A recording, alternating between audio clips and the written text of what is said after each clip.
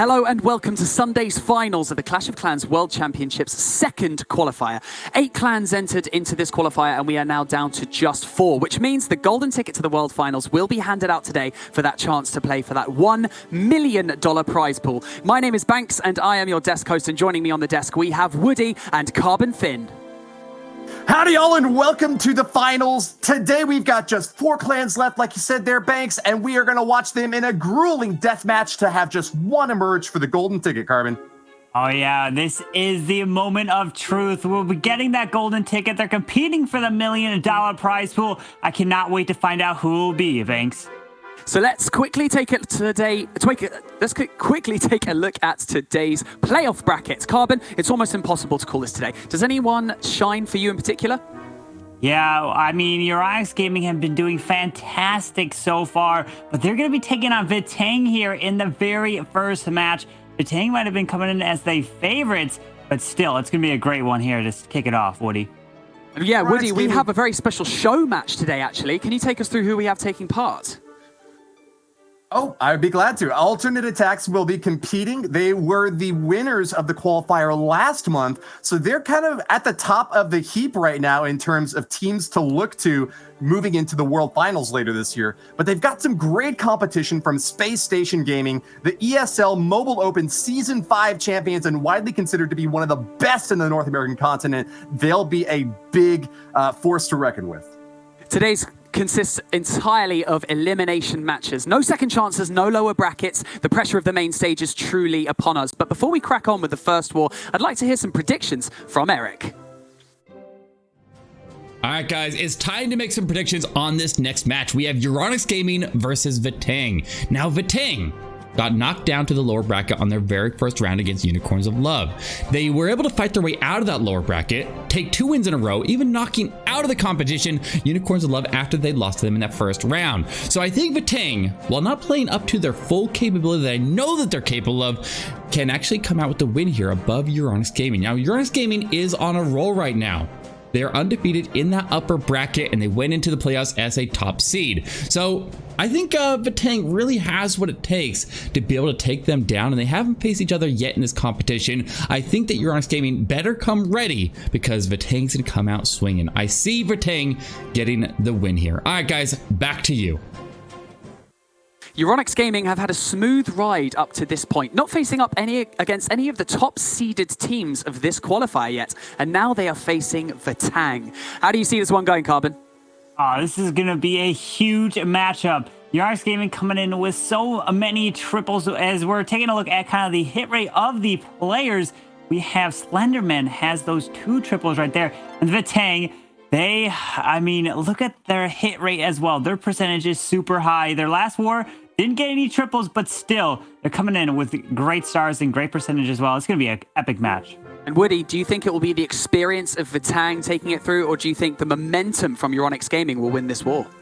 I think Euronics Gaming is going to take this one hands down. They have the best defense of any of these 4 teams that are going to be advancing here now. They even got 9 stars scored against them in the winners match yesterday on Saturday against Townhall.Legend. A really impressive accomplishment. They are the best base builders in this competition right now. Vatang struggled to even get 10 stars yesterday in their deciding match. It's really going to be difficult for them to overcome that disappointment from yesterday. Well, the predictions are in. Euronics Gaming will be tested right now, but this is the Clash of Clans Esports and anything can happen. It's time for our first semi-final. It's Euronics Gaming versus Vatang. Yeah, we're kicking it off this with the very first attack coming in with the Zap Lalo. We're going to try to see the value that he wants to get with the lightning spell. Drops it right there onto the clan castle. Let's see if he can help take that down and then fly his way around. Slenderman is an all-star for Euronics Gaming, really well known for his attacks, but will his defenses hold up against one of the players best known on the Vatang squad for being able to knock down those triples when his team needs them the most? He hasn't scored one yet this month, but he is one of the most experienced players on this Vatang squad and will be launching in with a 3 Lava Hound balloon comp. We've seen a lot more of these Lava Hound heavy attacks this month so far, choosing to rely on that tankiness out in front of the balloons rather than going for a long queen walk. What do you make of that, Carbon? Yeah, I mean, usually when you come in with the Lava Hounds and you come in with the lava there, the lightning is huge, but it depends on the value. As long as you can get the value down with that charge, then you can fly your way around, and that's exactly what he tries to do. The blimp for the Town Hall, the sneaky goblins are a brilliant play because the walls are touching, so you know there's no small bombs right there. Yeah, great base read there by Young-Kun. He's going to continue pathing down with this last Lava Hound that's going to be moving over toward that 9 o'clock position. It pops before it even reaches the air defenses, and there's no more tanking out in front for these balloons now. They just have to rely on the spell support and that Grand Warden to keep them on their final path to victory. Oh. The 2 stars are secured for Young-Hun, but can he make it to 3, Carbon? He's trying there. He's trying to push his way through this last scatter shot. The haste, one more haste out, but he doesn't have any more freezes, and the enemy Royal Champion is still standing right there, and unfortunately not going to have the push through the backside of this base, and that Eagle Artillery stayed up there, and how unfortunate. This is just going to be here in the 80%. Is he going to try to get up into the 90s? It's just that Royal Champion did some work hitting those loons, did not go down, and he just has these final minions. The Eagle's going to lock on and pick them off. I don't know if he's going to have enough here to get to the 90, but very nice try here to start it off for Vatang. Defenses from Slenderman have divided and conquered these attackers. Those balloons were splattered completely by that scatter shot. No chance at being able to advance into the bottom side of that base. But the Eagle Artillery might be the MVP on defense here for Slenderman. So much splash damage, and as soon as those Lava Hounds go down, it's that big pack of balloons that's going to be taking the brunt of that force. They don't have a whole lot of hit points, and they really need support in terms of freeze or haste or something to get through this base a lot faster. Still an impressive finish here from Young-Hun. A 2-star 91% will be setting a solid pace for Vatang. Yeah, still a solid performance, and we've been seeing Vatang always in the 90% when they get their 2 stars. That's a great place to be, especially when it comes down to the tie war on stars, because the tiebreaker is the percentage of the attack destroyed of the base there. But now we're coming in with Emery of Euronics Gaming, and we have the classic Yeti smash, starting with the Grand Warden walk up on the top side.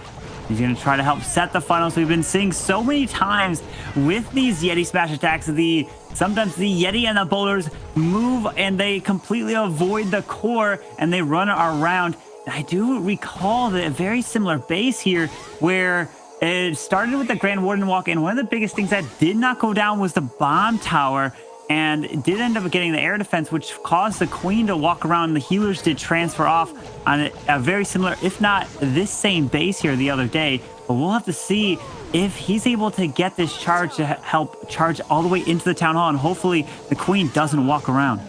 Nice pathing so far, able to snipe down that Eagle Artillery. Emery is one of the strongest hitters for this Euronics Gaming squad, having picked up a 3-star already. He's got a 95% average destruction on these bases, so expect to see this whole thing go down or something very close to it. And yeah, just as you mentioned, Carbon, he's quite familiar with this sort of base design. Able to take out the Eagle Artillery early on is a huge boon for this raid and should give these Yetis a lot more space to make this push happen. Yeah, absolutely. That jump spell is going to get him directly in here, not using the super wall break, and now the Queen should easily use and take that jump spell into the core. Beautiful job. Healers need to transfer off to the Yetis and boulders to help them. It looks like they're so far back here. The Lava Hound's actually on the outside of the base, so that won't slow the Queen down in the core. Now pops that Grand War Internal Tome, pushing his way through. Hogs are coming out of the siege barracks, but there is a Lava Hound that did just pop. The Queen is onto the Town Hall. Still has a World Champion, but these Hog Riders, no, they're all going to die off to the Town Hall, and there they go. The Hogs are all gone. Oh, no. How unfortunate. Not able to power through. Those pups are actually providing quite a bit of an annoyance for Emery. Didn't really have the wizard and archers to deal with them as quickly as he might have hoped, and that's going to be a lot more damage on those Hog Riders as well. Ultimately, though, the Town Hall has been finished off, and Emery is doing his best to continue pushing along the top side of the space, but the 3-star attempt is going to be far away from getting the success that he was looking for here, just trying to clean up for as much percentage as he can along the outer edge. Ooh. Still has that World Champion ability in its last freeze, but, it's coming real close. The thing I'm most worried about, Carbon, though, is that there's still a lot of defenses along the outer edge. The single target Inferno, if that goes down, this has a chance. No, the single does not. go down right there. The Royal Champion would have been able to clutch up this base if it went down. But unfortunately, I feel like he used that free spell too early on the single target Inferno. And these healers could have helped keep these Yetis alive and distracting, as the Royal Champion would have been able to move around. And that single is just going to roast through the rest of these troops and take them down. Really nice try right there. Emre from Euronics Gaming bringing home an 85% 2-star. Still a solid effort, but like we saw yesterday, Woody, could this be the day of the single target Inferno? Oh my goodness, I don't know what to say really with that one. It's the weekend of the single target Inferno. It's either that, the scatter shot, or the Eagle Artillery, 3 really powerful defensive buildings. But depending upon the sort of army composition that you bring, you have to focus on one or the other of them. The single target really effective at taking down Archer Queens, Royal Champions, while the scatter shot has been a lot better at finishing off those big clumpy attacks like balloons, Tog Riders, and miners. But artillery has been an issue either way. Even if you take it out early, as we just saw in that last raid, you still have a lot of other big defensive targets that you're gonna have to focus on, Carbon. Yeah, absolutely. And it comes down to taking that Eagle Artillery down as quick as possible in the raids. If you leave it for the end, it's going to do so much damage, and it's caused a lot of times it's caused the fail in the raids. But man, especially that single target Inferno that we saw in that last raid, it just roasted through everything. If it was a multi, it would have been completely different. That's why you see single target Infernos now as the kind of meta in the bases for kind of defending. And now we're coming in with Lancelot coming in with the 37 Hogs, the Zap Hogs, trying to get that value, takes out that clan castle, and several defenses not only help set the funnel, and as he's going to push his way around with the Hogs for pathing, but he's going to try to charge this queen from the bottom side of the space. Biggest things you want to look for, how many bomb towers are still up. There's still 2 bomb towers here on the top and bottom side of the base, but unless the Royal Champion can help take care of one of them, oh, he's going to send this blimp straight for this Town Hall, Woody. The stakes could not be higher for this attack from Lancelot. Out of 3 wars yet over the past weekend so far, Vatang has a squad of 5 players, but only 2 of them have been able to put triples up on the board. Lancelot is one of them, best known for being one of the best strategic attackers in this clan. So let's see if he can put it together. He's got 3 headhunters that he's bringing to the army here. That's going to be used to snipe down heroes out here on this right side, targeting onto that Royal Champion early on, but he's holding on to 1 more, maybe for the King or the Archer Queen out on the backside. These Hogs are going in deep, Carbon. Oh yes, he's trying to push his way through right into this Eagle Artillery. Gonna try to take it down nice and early. Pushes his way through, but the enemy queen is still standing right there. Needs to help take her down. The King's gonna pop his ability on the enemy King. There's the freeze, and can this Royal Champion? The Tornado Trap is slowing down these Hog Riders. The scatter shots are gone. The biggest threat is we have this bomb tower with the splash damage. Plenty of Hogs. The Headhunter's gonna help take down that Queen. Can these Hogs push his way through here, Woody? Cry havoc and let's slip the Hogs of War! Lancelot for Vatang is ripping through this base, still has a lot of defenses along the outside though, and those traps are not letting up any pressure on this attack. Hogs are going down to the very last sliver of health as the skeletons continue to stab away at them. Bony battlers doing their best to keep this base alive. 1 minute left for cleanup. Can Lancelot do it? Still with a Tesla and cannon on the outer edge. Wow, look at the Hogs got picked off there, but the Grand Warden depends on where these barbarians are going. What is this Warden doing? He needs a target onto the Tesla and the cannon with about 40 seconds left. They have beaten through the wall, which is going to help get the barbarians over to the outside. They can do a massive amount. Can he do it? Oh, he's pushing his way through. He's looking pretty solid. Tesla's down. That's a lot of barbarians to have to contend with. These defenses are not holding up. Just 1 last cannon now under fire. 23 seconds to continue this path of destruction. Only 4% remains on this base. Lancelot has done it. The first 3-star that Vatang has scored in a long time, and a breath of new life for this squad. Wow, he got that 3-star just in time, and Vatang getting the 3-star when they need it. Oh, I mean, they didn't get any triples in their last match. Their defenses were fantastic, but finally, they're getting the 3-star here now in the playoffs, and everything is on the line. We're taking a look at the replay. He did pop that Grand Warden ability beautifully in the beginning to push his way through to keep that momentum. and then the Royal Champion and the Headhunter helped clear the Queen in the core and just had enough to get this one done.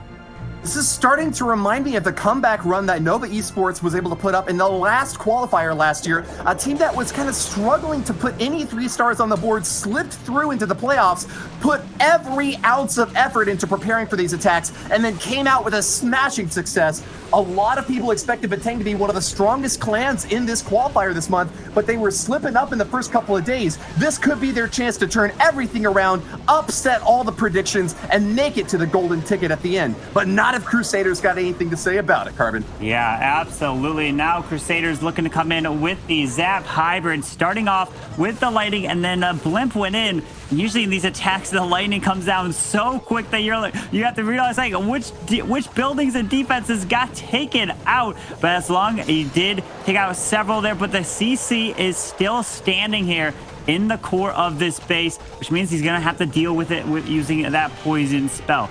Charging his Queen and getting some beautiful value. And now the King is going to be used on the top side here. There comes a Lava Hound. Headhunters does get the poison down. This Queen is getting slowed by the Headhunter. He's going to try to push his way through, setting the funnel from the top side. It looks like he's usually want to try to get the hybrid right in between your King and your Queen. This is looking really good for Crusader, who's done a massive amount of damage with this Queen charge, sandwiching this base in between 2 heroes aimed for destruction. Crusader will continue the path of this annihilation through the core of this base, gutting out that Town Hall first, but he's a little bit low on spell support here, Carbon. He's only got 1 more freeze and 1 heal left to make it through a lot of these defenses. Archer Queen looking like a snack on the backside is starting to attack these hogs and not going to let up pressure anytime soon. We need a way to get to her and get to her fast. It's really only a minion that's starting to pick away at her. Miners are going to retarget, but she's still alive and dealing a ton of damage. Yeah, the enemy King and Queen are going to do so much damage here on the backside. These Miners and Hogs have been just getting picked off one by one, and down they go. And now it's just a matter of trying to get a little bit more percentage. Does still have the Queen ability, but it was just too much, and the Queen was not able to get all the value towards that Town Hall. Started the hybrid pretty early, but oh, how unfortunate. It kind of just fell short there. A really high value Queen Walk early on, knocking apart basically a quarter of this base, but a super high investment to ask of her to make it all the way to the enemy Queen and eliminate her before she can cause any trouble for the attacking Miners and Hogs. This 2-stage attack was really well planned by Crusader, but just the timing did not go for him this time. 2-star hit, and certainly this Queen's going to get a lot of cleanup along the outer edge, maybe even past the 80% mark, taking down this Tesla farm on the right corner, but just not enough time to get the finishing blow. Crusader is going to stay behind for Euronics Gaming against a Vatang squad on a massive rampage now, just really tearing apart with a 95.5% average destruction off their first 2 attacks. Yeah, incredible. Oh, sorry. No.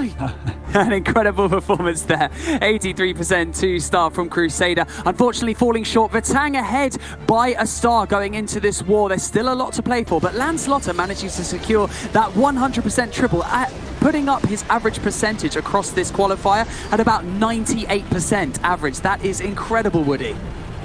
Yeah, Euronics Gaming has got really brilliant defensive setups, but Vatang has got 2 clutch attackers in Warning and Lancelotta. The fact that Lancelotta was able to break through really swings the momentum from Euronics back to Vatang, and even just off these first 2 attacks gives them a lot of lifeblood to have coursing through their veins as they make their way into this 3rd attack. Now it's going to be their other clutch hitter, Warning. Maybe the best attacker for Vatang, maybe the 2nd best attacker, but nonetheless, one of the highest hit rate players for this squad and of this entire war right now. Let's see if he can live up to the hype and get another triple on board. If Vatang scores 8 stars off their first 3 attacks, I don't know what Euronics Gaming could possibly do to come back. They'd have to get triple after triple after triple, Carbon. Yeah, and we're taking a look at Warning and look at his tournament stats at the bottom right. 3 attacks, 8 stars, averaging 99% right there. Warning going to be coming in with the Sui Lalo, trying to get an amazing value with this hero charge into this bottom compartment. The Queen can even take out this Eagle artillery. He does have a poison spell. He even has a lightning spell. And what would be the purpose of the 1 lightning? Well, probably to be used on the headhunters that are trying to defend the base. Alarm bells ringing through the base as Warning starts his attack, destroys the Eagle Artillery, and that hero dive has done a ton of damage already. A third of this base obliterated by this early stage attack, and still a lot of spells left to use on the back end. 3 haste spells, and interestingly has brought a couple of skeleton spells. We didn't see a whole lot of that so far in this tournament, but really great at distracting enemy heroes and helping to take out that clan castle if you just need a little bit more oomph to get the job done. Poison goes down to help eliminate those headhunters that could cause a lot of trouble for that Grand Warden. He's coming in now to support this balloon army, and this is going to be an easy hit at the Town Hall. The 2-star is virtually guaranteed for Warning, but the 3 is going to be tough on the back end with a scatter shot in that left compartment, Carbon. Yeah, he sends that Stone Slammer up to the top side. As long as the Grand Warden's flying around, he needs to take the Town Hall down. And there it is. The Grand Warden ability's off. Needs to somehow find this queen. The skellies are on top of her. The balloons are making their way past. He has a few balloons on the backside as well with a freeze and a haste. But the Stone Slammer is still standing. Has yet to pop. Finally, it does. The queen is down. Uses the freeze spell, hasting into the scatter. And he's got 3 balloons left. This is looking pretty solid. Taking out that queen was a huge blow to Emery's defenses. Warning has kept his Grand Warden alive and will continue to support the last remaining balloons on their final path through this base, knocking apart the last Tesla and going for the final defense here. This Expo is going down, Carbon, and the cleanup will start shortly thereafter. 2 more balloons still left in Warning's army comp, and he's going to spread them out along the outer edge. 30 seconds to make this thing happen.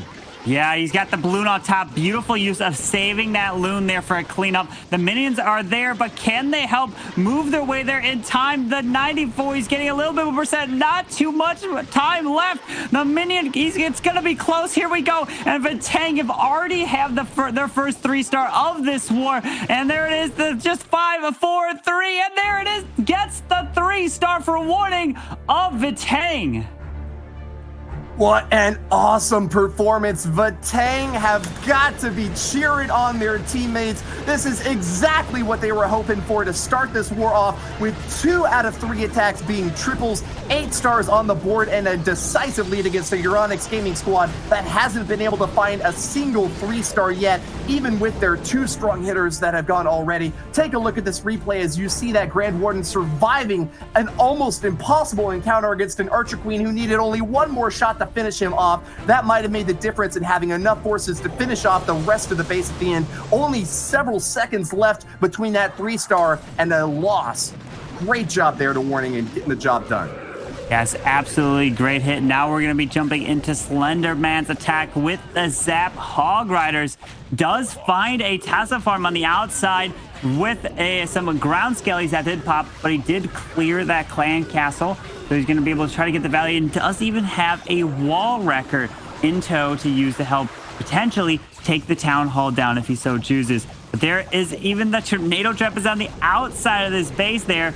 And it is a multi-target in front, also not too big of an issue with a super wall break. Gonna charge his way through, and he opens the wall, and there's a second skelly. And that is really important because then the ground skellies will not be there when the hogs are moving through, and that can be a huge difference in the attack. Eagle Artillery on the backside of the base could be a big problem for Slenderman. He's done an excellent job knocking through several really key defenses out here in the right corner, finishing off the Royal Champion and a scatter shot, and sending in the wall wrecker now to bust through these outer layers and give a second wind to the early stage of this attack. Hog Riders love sticking next to that Grand Warden though, and they're going to need a lot of support to finish off the remainder of this base with only 2 heal spells and 1 freeze to help back them up. That Archer Queen is looking really deadly on defense, starting to engage the Hog Riders and taking pop shots here and there. What have we got to finish her off? Looks like, I think he's got an early Eternal Tome. That'll protect the Hogs nice and well early, Carbon. Yeah, the wall wrecker never made it to the Town Hall. We're at risk of a 1-star here, or it's either a 1 or a 3-star. He had some sneaky goblins, but that wall wrecker got picked off so quick. Oh no, this Town Hall has not even been touched. There's no way this Town Hall is going to go down. That is terrifying. What can Slenderman do? He's run out of forces already, and the defenses are still holding on strong. He's got 1 Yeti. Yeti Knight's jumping on there as it starts to activate the last line of defenses, but you're right. This is an absolute fail for Slenderman. One of the strongest attackers for Euronics Gaming has just fallen apart. Yeah, how unfortunate. He was 2 for 2 in the previous 2 wars. for Euronics Gaming, and this is going to be a 1-star. He really relied on that wall wrecker to take that Town Hall down, and it just got picked off way too quick. The Expo slowed it down, and you had to fight your way through the Expo as well. I'm just wondering, and so just in shock that he didn't have a backup plan for that Town Hall. The best laid plans of Meissen and Off-Gang Clay, and even with a strong siege machine pulverizing those walls, it got heated up so quickly, had no chance to make it to the Town Hall. Look how far away it deployed. It didn't even make it to the walls adjacent to the Town Hall there. An incredible amount of defensive DPS dished out by Lance Lotta, and a massive surprise for Slenderman and the Euronics Gaming squad, which have now just basically lost all hope at advancing. An absolutely devastating turn of events for Slenderman from Euronics Gaming, especially when you have a team like Vatang who are absolutely breathing down your necks, just putting in triple after triple, and then you come in with a 1-star. And yes, like you've already mentioned, Woody, he was the #1 player, like the MVP for Euronics Gaming so far, with a perfect record. And unfortunately, that's what happens in Clash of Clans esports. Anything can happen, Carbon. Yes, absolutely. You have to have that backup plan to save the 2-stars. And when he dropped the World Champion with the Hogs, everything went out the window, and the Town Hall was not going down. The moment I saw that wall wrecker pop, I was just in shock because I didn't see anything to help secure that. But now we're coming in with the next attack from Vatang. Oh, can Zero get this with the Queen Charge Hog Riders? And even taking on a... Whoa. We've got a wall wrecker, and then we have a jump spell for this Queen, potentially, into the core. Okay, I am really curious now to see how we can get this value here.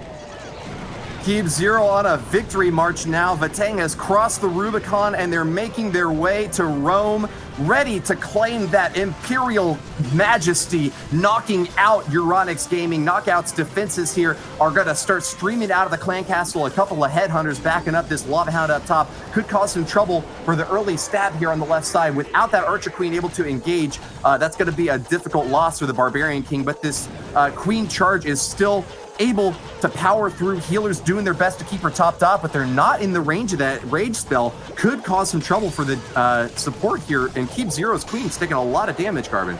Yeah, it does have 2 freezes, uses that one just perfectly, raises the Queen up, gets through the enemy Queen here, and still saving that Queen ability. It is so vitally important. Oh, look at this. He's going to be charging the Queen all the way across to this Town Hall, invest that jump spell, and he's going all out for that triple. Let's see if the Queen is going to step up. She is. Here's the Hogs. There's the heal spell for them, and the Queen should make her way to the Town Hall now on the backside. Magnanimous in victory. They still won't let up any pressure on their foes. Keep Zero's Hog Rider army is ripping and tearing through these defenses. So few splash damage structures remain, but a scary Tesla trap has now popped up right in the bottom corner of the base. Could that split up the Hogs and cause trouble for his attack, Carbon? I mean, they have split off, but he's got the heal spell down south. The Queen, the Headhunter's coming over to slow that Royal Champion down, and his Royal Champion has her shield still to use. The single target Inferno will take the Queen down. He's gonna try to use the shield to help damage it a little bit, but this is looking good for another 3-star for Vatang here. Vatang cannot be stopped. They have learned the lessons of their slim victory from yesterday and have applied that pressure to Euronics Gaming in a decisive lead. Their first 4 attacks putting them at 11 stars, more than they gained from 5 hits yesterday in their war. What a showing so far, and virtually guaranteed advancement to the grand finals for their shot at that golden ticket. Absolutely beautiful attack right here. This is actually his first 3-star. He was all 2 stars previously. That was beautiful with that Queen Charge, investing all the way. That could be a super risky attack, but he took it and it paid off for the 3-star. Vatang are showing their strength here, coming in with those triples. Unbelievable, especially after their last performance of not getting a single triple into that elimination match, but they're showing who they are and showing why they deserve to be here. You love to see it if you're a fan of Vatang, watching these risky plays. Look, dropping all of his hogs on the opposite side of the Town Hall, relying on them to path through the entirety of the base and get that final finishing blow to deliver that 3-star strike, a 97.8% average destruction. I think that's the highest from any clan we've seen so far at this point in any war so far, Carbon. Oh yeah, absolutely. It's just incredible. Vatang averaged such a high destruction percentage, but now we're jumping into the next attack for Euronics Gaming of Tim, and we're gonna try to see what he can do.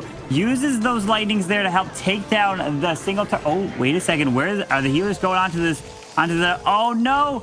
The air defense is still standing, which is gonna pick off these healers. Oh wow! How unfortunate. Tim was relying hard on this Archer Queen to be able to knock down that air defense before the CC troops started streaming out. Got half of the hit points off of there, but she retargeted as soon as she started taking damage. Tim's healers are just getting pummeled now by an air defense that is surprising beyond all expectations, its ability to defend against this raid. Yeah, we're gonna have to see if the Queen can stay alive through this. Oh, forced to pop that God, have the Queen pump ability. Oh man, as he's going to be pushing the Queen down towards this Town Hall. There is the King and the Siege Barracks being used on the top side. Burnt. Oh, yeah. What the ability, but he stays in Inferno range. This hero attack is just falling apart, rubbing salt in Tim's wounds, Carbon. Oh man, and then now he's setting the hybrid straight into the top side. And you don't usually want to send it where the Queen's going because you want to help get that value for the Queen, but she just went right around that Town Hall there, pops that Grand War Internal Tome. He's going to have the hybrid in the core, only one heal left. Here comes the Hogs from the Siege Barracks, but it's just with that Queen going around, healers have transferred, but there's 2 scatter shots. There's so much still up on the backside. Sympathetic sadness from fans of Euronics Gaming, but I'm sure the Schadenfreude of Vatang is enough to guarantee the winners will be happy to move on. Tim is really having a hard time continuing his way through the space, but he's not down and out just yet. Having knocked down the Eagle Artillery, those miners are going to path back onto the scatter shot now. A good result to follow up from a really difficult start for this raid. Archer Queen along the outer edge has no more healers to support her. She'll take down a few more buildings, but 3 stars is way too much to ask of the remaining cleanup troops. Look at that, still a single target Inferno sitting high and mighty next to that Grand Warden on the interior of the base. So much left on the outer edges, Carbon. Yeah, unfortunate with the healers of the Queen in the very beginning getting picked off, losing them, and then realizing, forcing and sending the hybrid straight into the Town Hall to at least get the 2-star, but with that 1-star that they had, it was so unfortunate. And Vatang have been just putting on a show here in the playoffs. And man, unfortunate here for Euronics Gaming. A string of unfortunate circumstances for Euronics Gaming because Tim only manages to bring home a 2% 81, a 2-star 81% attack, should I say? And so unfortunate considering Vatang are just pummeling them with these 100% 3 stars. You know what? Vatang are looking unstoppable going through, and they will be going through to the second stage of today, being the finals of this qualifier, Woody. Yeah, hey, any given Sunday, right? Vatang have absolutely rewritten the history books now against a Euronics Gaming squad that scored 12 stars in both of their previous wars against tough opponents that had given them a lot to say about their success, but just like, where did it go? What happened? I don't know. Yeah, well, we're now jumping into Vatang's final attack and coming in with the Zap Mass Hybrid. We don't have any healers on this charge. Completely gutted the core there with the blimp to help clear it. Oh, look at that. The Headhunter as well grabs that Queen in that section. Now has some sneaky goblins to help additionally set the final, and still waiting to drop the King and the Queen here. Victory lap for Diff. Doesn't even need to make this attack happen, but hey, why not just get the highest percentage any team has seen so far? When you're going into the grand finals, that's really going to give you a big morale boost up against whichever opponent they're going to be facing off. Diff, the final attacker from Vatang, looking to make it a 14-star war. So close even to a perfect that this squad has got to be ecstatic about their performance. They're going to be sending in those hogs directly for the Town Hall. Not going to waste a single minute here.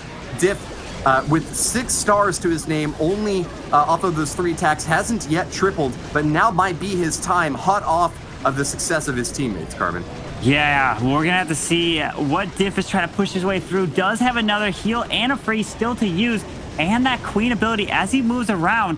There are 2 bomb towers next to the Seagull artillery. He's charging through, can drop the heal to cover all of this, and the Grand Warden is following straight in. He's gonna have to try to protect. There's the heal right over the Eagle and the bomb tower, and he's trying to push his way. The queen still has ability with the freeze left to use.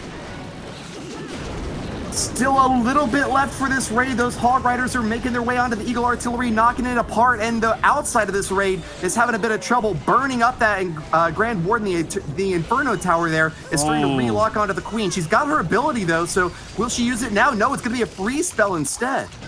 Yeah, with that freeze to protect that queen ability at all costs. The queen can pretty much reach everything except that sweeper. And, oh man, the queen's going to have to clear all this. There just looks like too much. No more healers to heal that queen up. No heal spells. And just lost the push on the backside of the space. But it's not going to matter because Vatang have put on a show here in this playoff match. What an incredible performance here from Vatang. Yeah, nothing to lighten the load for Euronics Gaming. Vatang have just applied more and more weight with each attack, now coming away with a total of 13 stars from this war, one of the strongest wars we've seen yet. And as soon as that percentage updates, we might even be able to call the highest percentage destruction from any war we've seen so far at 95.8%. That is indeed the case. There was not a single war where any clan got more stars and more percentage than what Vatang just put on the board. An all-star performance from this squad. Absolutely. Vatang coming in here, and I knew they were going to come in after that performance. They wanted to rebound, and that's exactly what they did.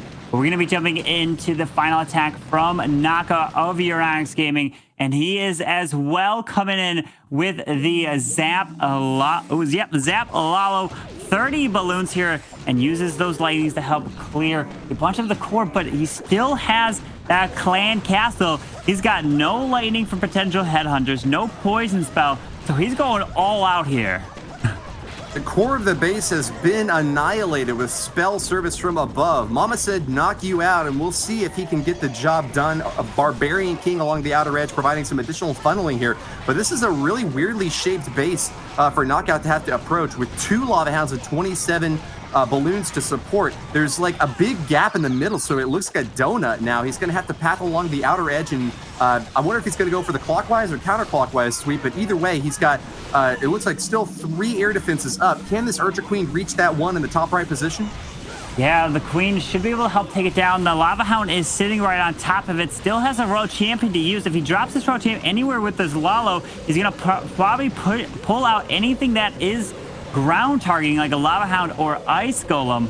And the Warden's following around, and nothing has come out of the clan castle. There is some sneaky goblins. The Lava Hound's pushing away. The Grand Warden's going to have to protect everything over the Town Hall. And he's pushing his way around. There is the Warden ability. All we need to take it down. Still has a World Champion. This is a few balloons for that ability, but not going to cause any trouble. They were all relatively well protected out behind a bunch of other balloons that got that Eternal Tome, but still a lot of balloons in the center now are going to get no value at all. The freeze spell there and that scatter shot going down a little bit too late to protect them from the massive damage output by Warning's defenses. Knockout drops the last freeze in his raid to support this final wave of balloons, supported by a Grand Warden as well, but that's just not enough damage to get through the rest of the space. That scatter shot is popping balloons left and right. No more Lava Hounds out in front to protect, and that's going to be it for Knockout's attack. Yeah, unfortunately, I'm just super surprised why he didn't take a poison, and luckily he didn't need it because there was a Lava Hound and goblins inside of that clan capsule. But if there was anything else, like archers, witches, dragon, anything, that would have been devastating, but still gonna fall short here. Does have 2 more headhunters he can use, has the minions around, but unfortunately it was not Euronics' day here today. They did a great performance in day 1 and day 2, but right here in the playoff match against Vatang just fell short, and Vatang coming in with some solid, really great attacks, and also their defenses have been really strong. Vatang shining bright like an adamantine diamond, Carbon. Yes, man, it's just how unfortunate here for Euronics Gaming. They were doing so well coming in here, and the Zap Lala was not able to get it there, and Vatang are going to win this war right here. Yes, that's right. Vatang taking this war 13 stars to 9 with a 95.8% average. Knockout from Euronics Gaming with a valiant effort there at the end, but unfortunately just not managing to close it down. Vatang will be advancing into the finals of this qualifier. Let's take a look at these stats here, Woody. Up on screen now, you see the 3 players that tripled for Vatang: Keep Zero, Lanslota, and Warning. Keep Zero joining in with Lanslota and Warning, who had previously scored 3 stars on their first 2 wars.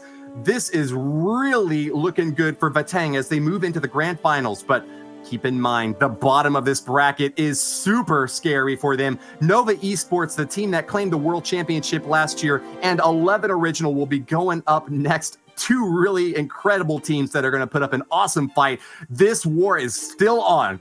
Yes, what a way to kick off Sunday's finals. Vatang are keeping a cool head throughout, showing their experience level and why they are one of the top seeded teams in this qualifier. Now I'm going to hand you over to one of our favorite Clash of Clans streamers and analyst, Lady B, who's picked out one of the best attacks from this war. Thank you so much, Banks. What an incredible showing from Vatang, fighting their way back to get into the finals here. And I really wanted to highlight Warning's attack with this hero dive Lalo. It was such a smart move in the entry, what value he created for the pathing for his Lalo. And then one key thing is looking at that lightning spell, which we'll talk about in a little bit. But the first part was this phase 1 portion, and that's coming in with the hero dive entry. The use of your tankiest item, the king, along with the ice golem, to give the queen passage to get a little bit deeper into the base, picking up some massive defensive core value. She takes on the eagle and the scatter shot here, starting to create this path for the Laloon portion and really shape it up nicely. But we get the supportive action of the Royal Champ working from the outside defenses here and using that Seeking Shield to cut through a little bit more of the core of the base, taking on one very key component here for an air raid, and that is the air sweeper that would be working against Saloons. So beautiful value within this opener for what it picked up defensively, but also the shape that we get to see it creating. Very similar to what you would see with a queen charge push, just with the use of your heroes and an ice golem alone. So getting back to the fact that we have the clan castle up here and we get that headhunter that rolls out, the use of that lightning actually knocks it right out so the warden doesn't have to worry. And we talked a little bit about that yesterday. Headhunters in there, because they target heroes, they want to take out the Grand Warden, but Warning was way too smart, knew that that was a possibility, and brought one lightning spell along the way to ensure that his warden would be available to use a little bit later in this raid, and a very smart move here. We also get to see the supportive pathing of some loons moving along, which is very key for your Lalo raids. We saw it rotating around. We get to see it on the back end. Always smart to save these extra loons to take on those outlying defenses and meet up with a little bit of reinforcement for the main pack. And as we saw there, taking on a little bit of the heat from that scatter shot before dropping the freeze. So great value here from this opener, which I thought was very key, and smart use of bringing just one lightning spell. Now we get to see Vatang moving along into the finals, but first we have to see who they're going to match up against. And as we get ready to head into that, let's hear about Eric's predictions. All right, guys, it's time to make some predictions for this upcoming match. We have Nova versus 11 Original. 11 Original, very, very good team. I've seen them in tons of different competitions. They always do extremely well, and they have some of the best base builders in the world. So I feel like they will win this on defense, but they're also really, really good at attacking. They're very versatile, and I think they will take the win above Nova. Now, Nova, this isn't the same Nova team that won the World Championship. They're carrying that name, but I don't know if they can live up to the hype that is the original Nova team. So we'll see what they can do. I'm really excited to see if they can come out with the win there, but I really think that 11 Original will take the win here, and I do think that they will go all the way and get that golden ticket. So we'll see what happens. Back to you guys at the desk. Thank you so much, Lady B. And we now have our first finalist. The golden ticket to the World Finals is just one match away for Vatang. So moving forward into our second playoff match, we are now joined by the Mohawk wearing, the base tearing, Clash bashing is in the building. So Bash, who are you predicting will bring home this win in the next playoff match? Thanks for that awesome introduction, Banks. I think this is going to be a really good matchup, but you got to think that 11 Original has all the momentum in their favor. They've been playing really hot, been really dominant in their previous two matches. Nova still has that pedigree of the world champions, but for me personally, I enjoy 11 Original. I think they're going to win this one and move on to that final. And speaking of pedigree, how do you think this war is going to go, Carbon? Because these are two household names in Clash of Clans esports. Yeah, absolutely. Nova's coming in as a defending champion, but it's a completely new lineup. So they're holding up the name of Nova Esports, but they still have everything to prove as a team. And we were taking a look at 11 Original, the stats, and they are looking fantastic. And 11 Original's defenses are holding super strong right now as well. They've been testing them like crazy. This is going to be an epic match. 11 Original and Nova Esports cannot wait. 11 Original have had a clear path through this qualifier, and Nova Esports have had to fight tooth and nail to get to this point. Will it be plain sailing for 11 Original, or will it be the reigning champions that push through into the finals? It's time for 11 Original and Nova Esports. All right, Carbon, it looks like we have a blimp coming in here for Franco from Nova Esports. We also have a bunch of hogs and miners, so it's looking like a more traditional hybrid attack. The Yeti's going to come out of that blimp, pull out the clan castle, and destroy some of those key defenses. It looks like a scatter shot did go down from there, and then no queen charge on this one, and we're kind of seeing that become a thing. No queen walk, no queen charge, just more of a mass hybrid to push through these bases. Yeah, exactly. Decides to go away from that queen charge, but look at this. He does have one Valkyrie to use. There's the poison spell, Baby Dragon. We're just gonna pull these headhunters all the way across, and the Valkyrie can help take the headhunters down. And they're just standing outside of the range of the poison. There we go. Gonna help take them down. The Yeti's gonna be able to help potentially grab that Tesla there and move his way in. And he's trying to set the funnel over on the left side with the king and the queen. Clears that clan castle and gonna send the hybrid, which is 21 miners and 14 hogs. No healers, straight into this town hall here, Bash.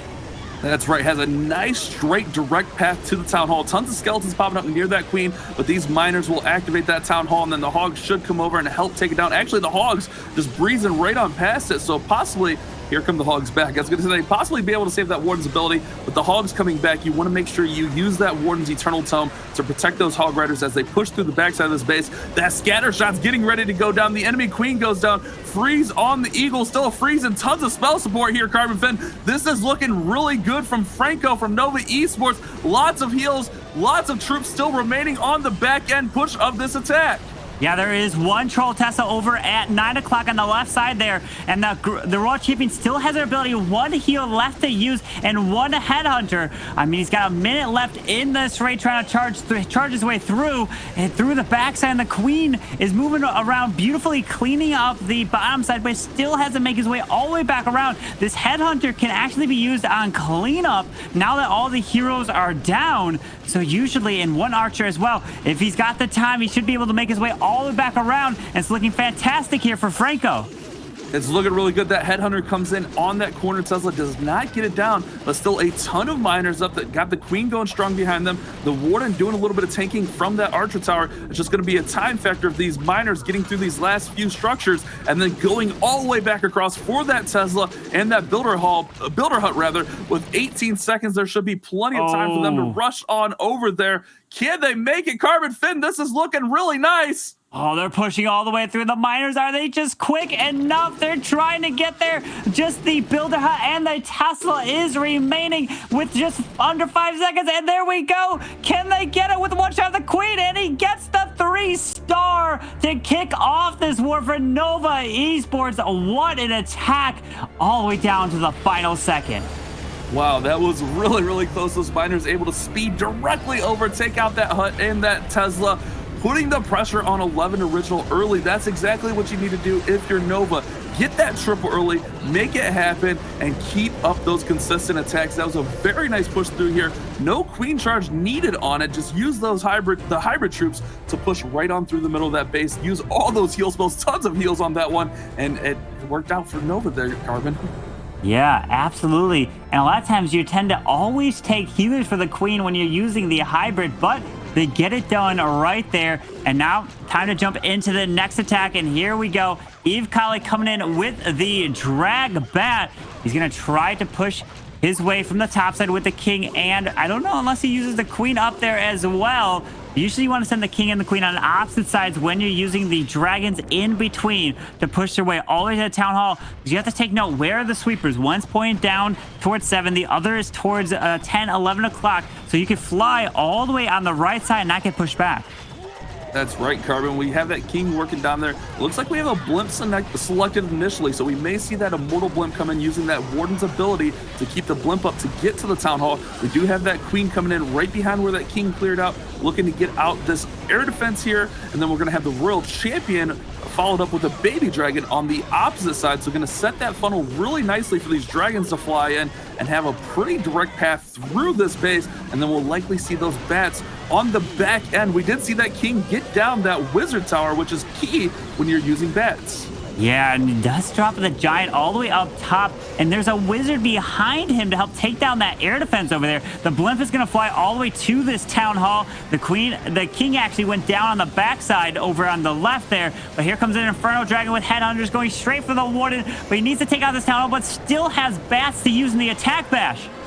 Yeah, here come the bats, Carbon Fin, from the bottom side of the base. They're going to work around. We got 3 freeze spells, which is going to enable those bats to get through those wizard towers without taking mass amounts of damage.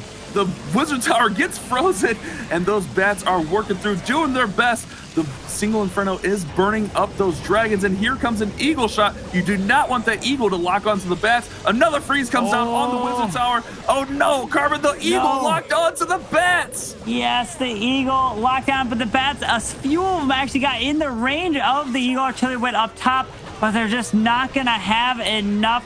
And I wonder if that first freeze was a little bit late, because that wizard tower did hit several of the bats there. And now Eve-Kali is looking to add a little bit more percentage into the 80s here. But Nova started off the war here with a 3-star. A really great performance. And we saw from the first war, Euronics Gaming went down. They won, but they were from the winner's bracket and they got eliminated. And now 11 Original, they are from the winner's bracket as well. And they are now at risk of getting eliminated too here in this playoff match. Eve-Kali, unfortunately, not being able to bring it home with the 2-star 82% attack. Nova Esports coming out of the gate swinging with their first triple from Franco. What an incredible start to this match, and exactly what we've come to expect when it comes to the semi-finals of this qualifier bash. That's right. This attack just did not quite work out for Kali. Not able to get towards that eagle, and the bats just getting hung up here. And being targeted by that eagle artillery is never good. They did dodge it, but just not enough to push through the back end of the space with those remaining dragons. Carbon, 11 Original is going to be up against the ropes moving into this next attack. Nova can really put the pressure on with a high percent or even a 3-star here from Garrix. Looks like we got a Lalo attack. Yeah, we do have the Lalo with 1 Skelly spell as well on the poison. They're going to be deciding to use the King, Ice Golem Queen up top to help remove the enemy queen over here and help try to set a bit of the funnel. And we have one. It does look like he has a blimp. The Town Hall is all the way in the core. And the biggest thing is when I look for is what type of value can I get with lightning on a clan castle. It does not look like there's any with that in the bottom side. But the queen is charging her way into the top side. The World Champion is going to, she already popped her ability there, takes down the single, did find a tornado trap, so that is really good. But can he still get that enemy World Champion out? But the eagle is going down, uses the freeze. The eagle does go down there. Oh no, it's almost the eagle did not go down, Carbon. It barely stayed up there. Not only that, but the enemy World Champion stayed up as well. As the Lalo phase comes through here, you'd like to see that eagle come down. The eagle's going to get a few shots before the balloons can get to it. But more importantly, that Royal Champion stayed up, which is going to cause some massive problems. Here comes the Lalo phase working right through, has a pretty direct path towards that Town Hall. We have the blimp coming in as well behind everything. Oh man, that Eagle did some massive damage. It was like one shot away. Yeah. But it staying up was huge. Here comes the blimp, getting that Town Hall down, but the Warden ability going to save the balloons, Carbon. Yeah, the Warden ability over the Town Hall was perfect right there. Drops some haste on the outside. Does freeze up the scatter, but he freezes the cannon. Oh, pretty much going to be a swag freeze right there. Does have one more haste. This is looking really solid as the balloons are flying around. Hopefully he doesn't find any other red air bombs or a lot of traps to get his way through, because the biggest threat is now the Wizard Tower and the air defense. Picking off, down goes the AD. Can these balloons make it through here, Bash? Carbon, only a Wizard Tower and that Archer Tower remaining here on the backside. We got tons of cleanup working through here for Garrix. Nova looking like they're in the driver's seat. Oh my goodness, Nova going full throttle, hitting back-to-back 3-stars here with the Lala. What an attack from Garrix. Wow, that did not go as he planned with the Sui from the heroes, but still had enough to get through here and get the 3-star. Those balloons, all so powerful. Tons of cleanup. Oh my goodness, what an attack. That was very, very clean from Garrix.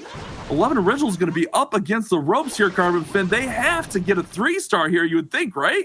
Yeah, man, what an attack from Nova coming in, getting it done. Yeah, exactly. 11 Original now need to answer the call. And I talked about it earlier, how 11 Original's bases were so good in the first 2 days, but right now they let up the back-to-back triples. Oh man, I wonder what 11 Original is going to have to do. They're going to have to be taking those risks now and going for those triples because of the deficit. That's right. You know that you need 3-stars moving forward.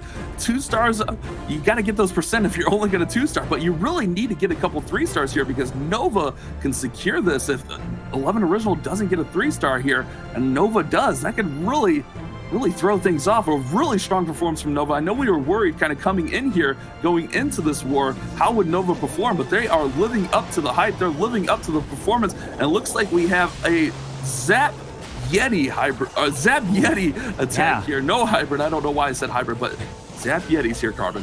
Yes, the Zap Yetis are indeed, with this Grand Warden, going to be able to help set the funnel over on the top side. And that's the biggest thing with the Wardens on the top. It takes a very long time, but you want to try to get as much value as you possibly can with the Lightning, as you're going to be able to push it through. And remember, you got to get into the Town Hall, which he does have a super wall breaker to break that outside wall, and then a jump to get deeper into the core. And that balloon behind that Seeking Air Mine, which is beautiful, going to help protect the healers as they are going to move off. And you want those healers to help transition off to the Yetis and Bowlers to help protect them. A lot of times, those Lava Hounds stall up the Queen and keep them behind far back, but is the Yetis, are they going to oh, they are going to go in because of the wall opening up top. Does drop the jump. The CC is coming out. Needs to pop this Grand Warden ability over the Town Hall to protect him here, Bash.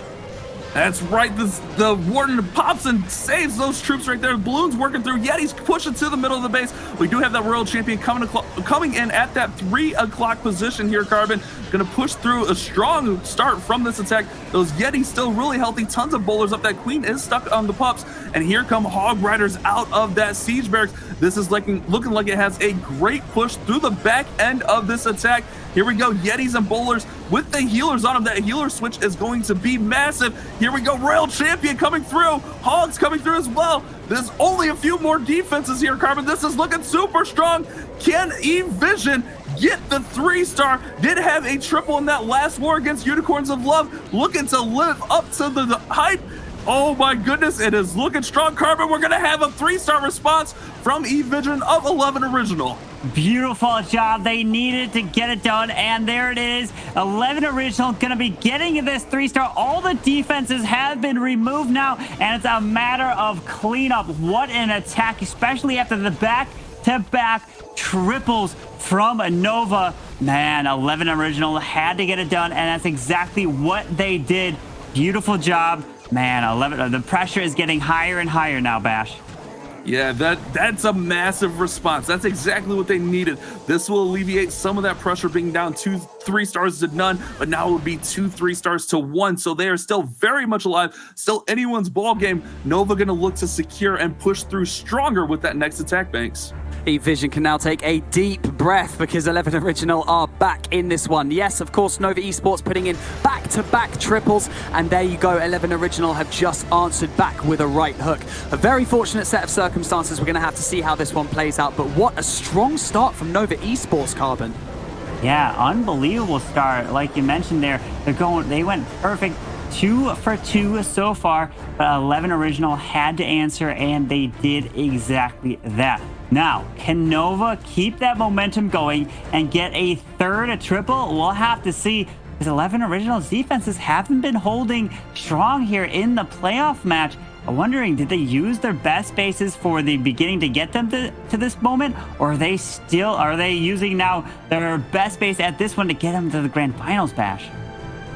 That's right, Carbon. And it looks like we're going to have a Zap Lalo, more of a traditional Zap Lalo. I know we've seen some variations of that this weekend, but going to go ahead and zap out that clan castle. When you see the 7 lightning spells with an earthquake, most of the time the target is going to be that clan castle. Being able to get that clan castle out and not have to deal with those enemy reinforcement troops is a massive value. So Tomas95 has had, I feel so bad for Tomas, has had those 2 99% heartbreakers looking to bounce back and perhaps get over the hump and get the 3-star. We have the super wall breaker coming in, those heroes working through here. Looks like the heroes are going to try to get in and get towards those scatter shots, Carbon.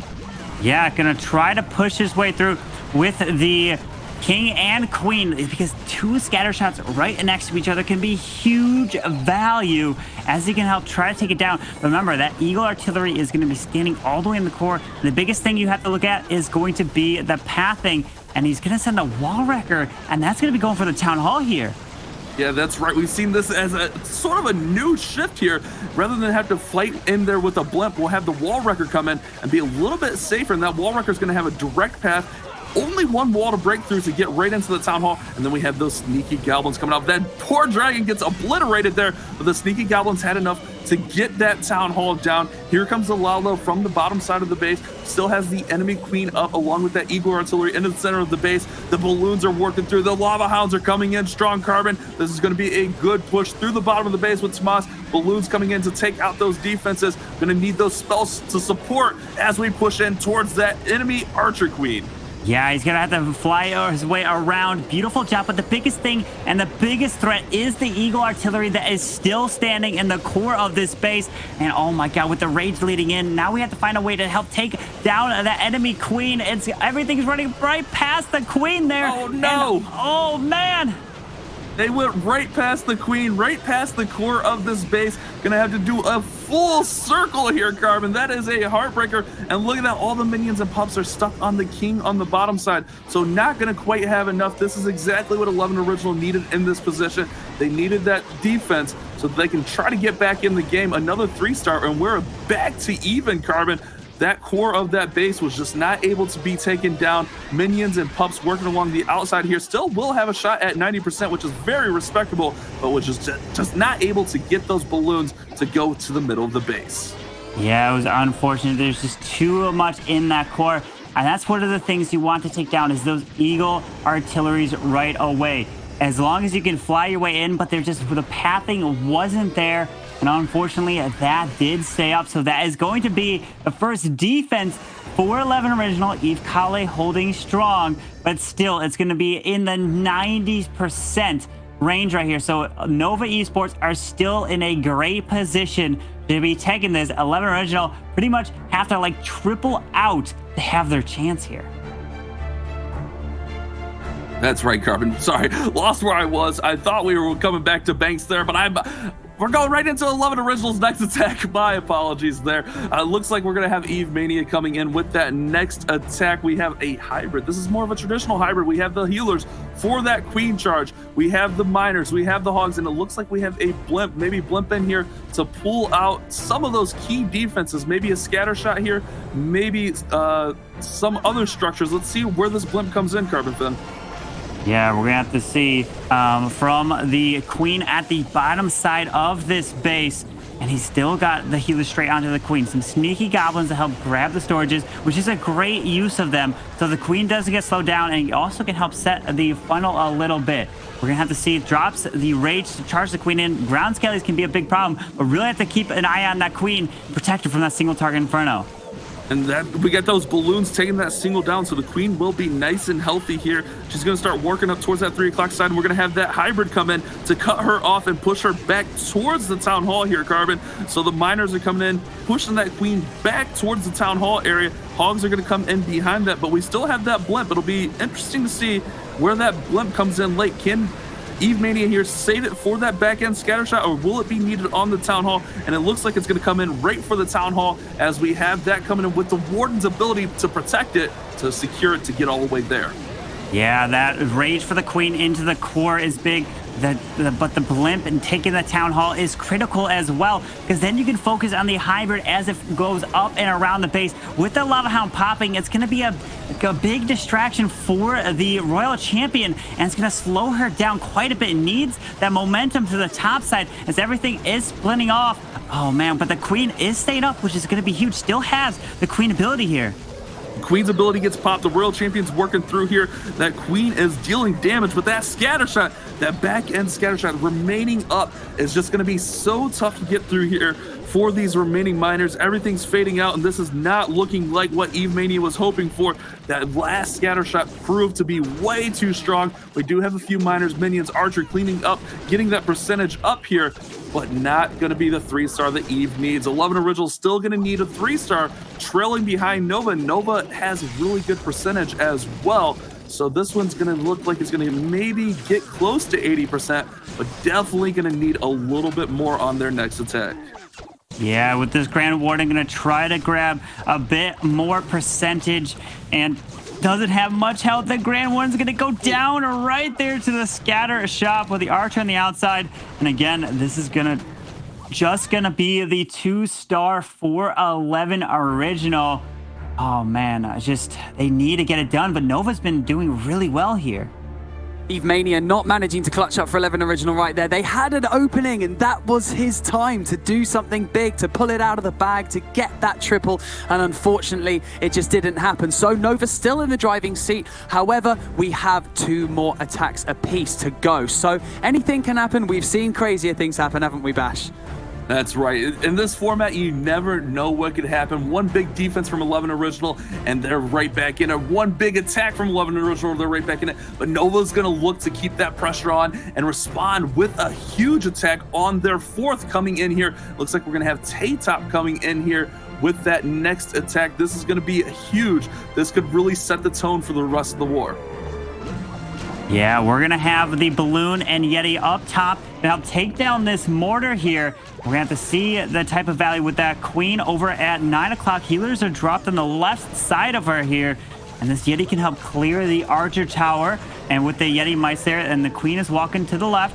As the queen is going down, Baby Dragon helps set this funnel. The Seeking Air Mine, which beautifully does not fly all the way across and won't hit those healers there. But that CC of the Headhunters going directly for this queen. Doesn't have any wall breakers, trying to get this queen to turn straight into the scatter. That's right, trying to get her into there, but those Headhunters are going to slow her down, and that scatter is firing away as this Hound's going to pop those. The Headhunter's still slowing the Queen. Headhunter does finally fall here. Going to bring in a support minion just to make sure that that Queen can get these pups down with minimal damage and minimum time constraints here. The Queen does have a nice alleyway to work in here, and that enemy Queen might pull her through. There it goes. Queen pulls right on through. Did miss the Queen, it looks like, with that range. Oh my goodness, oh, barely gets the Queen down. And there we go, getting through to the scatter with the Queen ability still intact. Carbon having that ability for later on in the attack is massive, especially for a hybrid attack. Yeah, absolutely. Now this Queen's gonna help take care of that Town Hall. She's gonna grab the Town Hall, Wizard Tower, Expo, Grand Warden platform, plus keep the other Expo on her. That's gonna be huge value for the hybrid so they don't get damaged. And she can even reach the bomb tower. Will she go there? Pops the ability super early here. Pops the Warden ability. There's the Queen ability. Bomb tower goes down. So now the hybrid can push their way in. Was that Warden ability a little too early? We'll have to see once they push their way through the backside of the space. Still has 2 freezes, but look at that Expo. It is on the Queen, so it's not hitting the hybrid portion.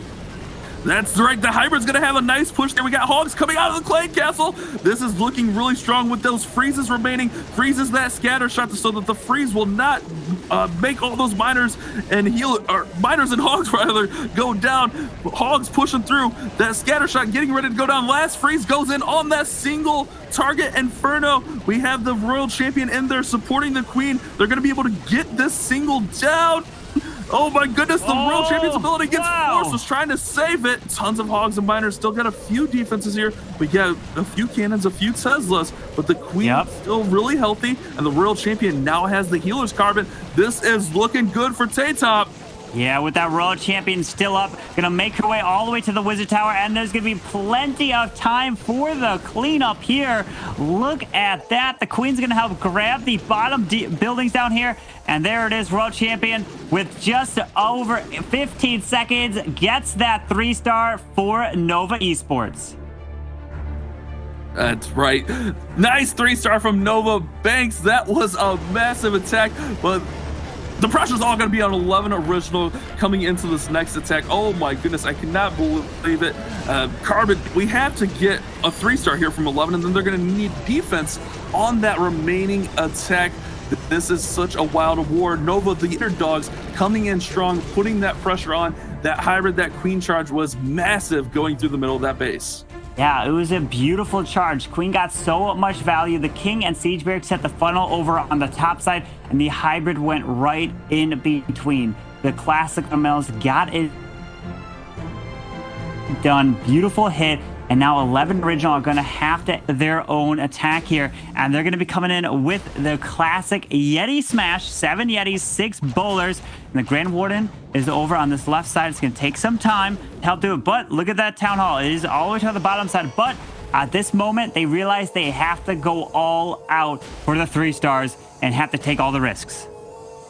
That's right. They're nothing to lose now. They have to get a triple here. Burrock coming in with the Yetis. Looks like we're going to have that Warden walk start up from the top side. Rage that Warden. Maybe trying to get to that scatter shot, which would be massive. If we can get that scatter shot down, that will be huge for this Warden walk, but may pull out the Clan Castle. Has to be careful here. If that Clan Castle comes out and it's Headhunters, it could force that Warden's ability early here at Carbon Fen. Like we get the King coming through the bottom side, and then we'll be able to push right up into the middle, and we have the Blimp selected. Most likely going to be able to take care of that Town Hall without any issues. Yeah, he's going to have drop some balloons to try to protect these healers, and then he's going to try to time everything with the Blimp and Yetis and Bowlers into the core to protect it, so that goes to the Town Hall. King did find the Tesla farm, but he goes down. Hopefully this doesn't cause too many issues here, as, oh, there's the Sinking Air Mine, hits the healer. Blimp's going across, still waiting out, pops the ability here into the core. Ice Golem Lava Hound does come out, which is going to slow down this Queen quite a bit. The Blimp does make it to the Town Hall, and it's going to help take that down. He's pushing his way through, still has a World Champion, and one more jump to use on the backside. This is looking really strong through the middle here. That Town Hall is going down. We got the Yetis out front, but the Spring Trap getting rid of one of the Yetis, and the other one goes down towards the Teslas. Oh my goodness, that Spring Trap was massive. This one is fading out fast for Burrock. It was looking really good until that Spring Trap and the Yeti walks. Queen's going to have a push through here, and things are starting to look grim for 11 Original. Nova Esports coming out strong. They knew what to do. They came out. They put the pressure from that first attack. 11 Original not able to bounce back, but still pushing through here. The Queen still has her ability. The healers are still alive. Oh, Queen's got to stay up. Oh my goodness. Can she do it? He's got one Headhunter to use. No, the Queen, the healers are on the Warden. No, the healers, you need to transfer to the Queen. Oh, the Queen goes down, Carbon Fen. This one had a chance there at the end, but just fizzles out with that Queen. Oh my goodness, not having the Queen up to deal with that scatter shot, the Expo, and those 2 remaining Archer Towers. It would have been close either way, but not having the Queen is going to put the nail in the coffin for this attack for Burrock. Oh my goodness, the drama on this war is immense as 11 Original not able to respond. Nova bringing out those top defensive bases when it matters the most and clutching up on defense. Burrock looking to get that 85% 2-star, not quite what 11 Original was looking for on this attack. Barak not being able to come in clutch because we have an 85% 2-star again from 11 Original, just not quite managing to punch through into that triple mark. Nova Esports coming out swinging throughout this entire war, absolutely clutching up with 3 triples and only one 2-star, but it's 93%. Their average percentage is so high right now, Carbon. Yeah, 98% average destruction. They are threatening versus Vatang.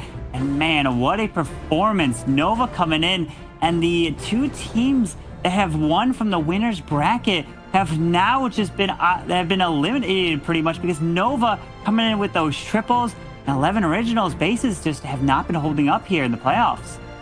And Nova really stepped it up when they needed to.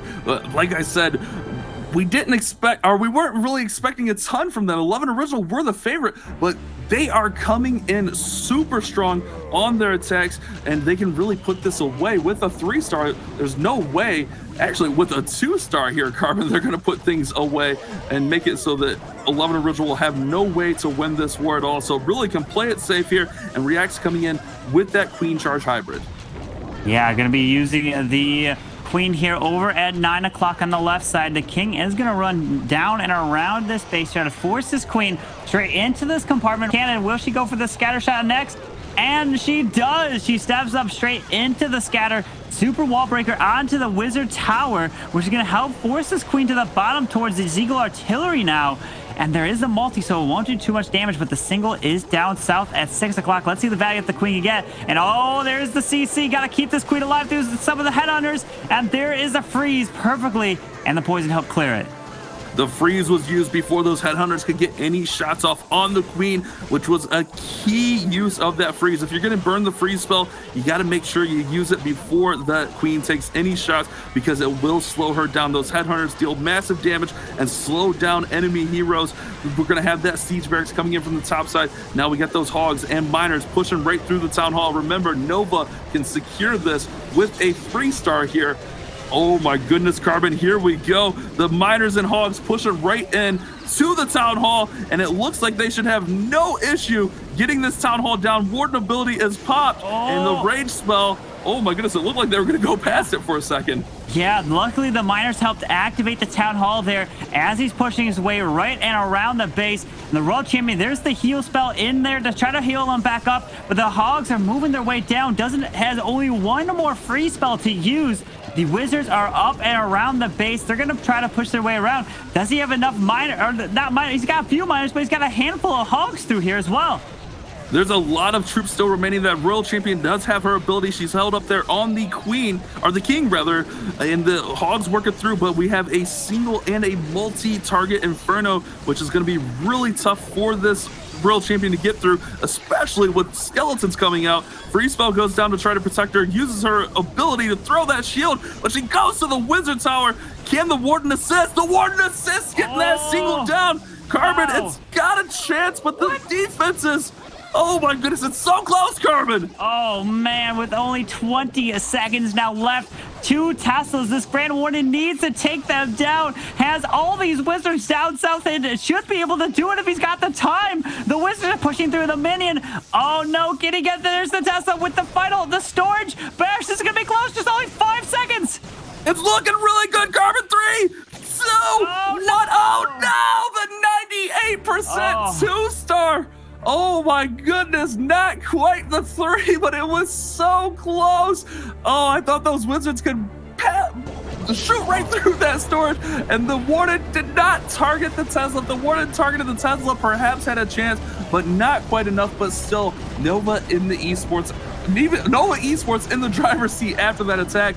Oh my, what an attack from React. Wow, another close attack there for Nova. They've just been putting everything on it. They got 13 stars and just incredible percentage nonetheless. An 11 Original, they've got 1 final attack still to go in. It just was not their day here today, Bash.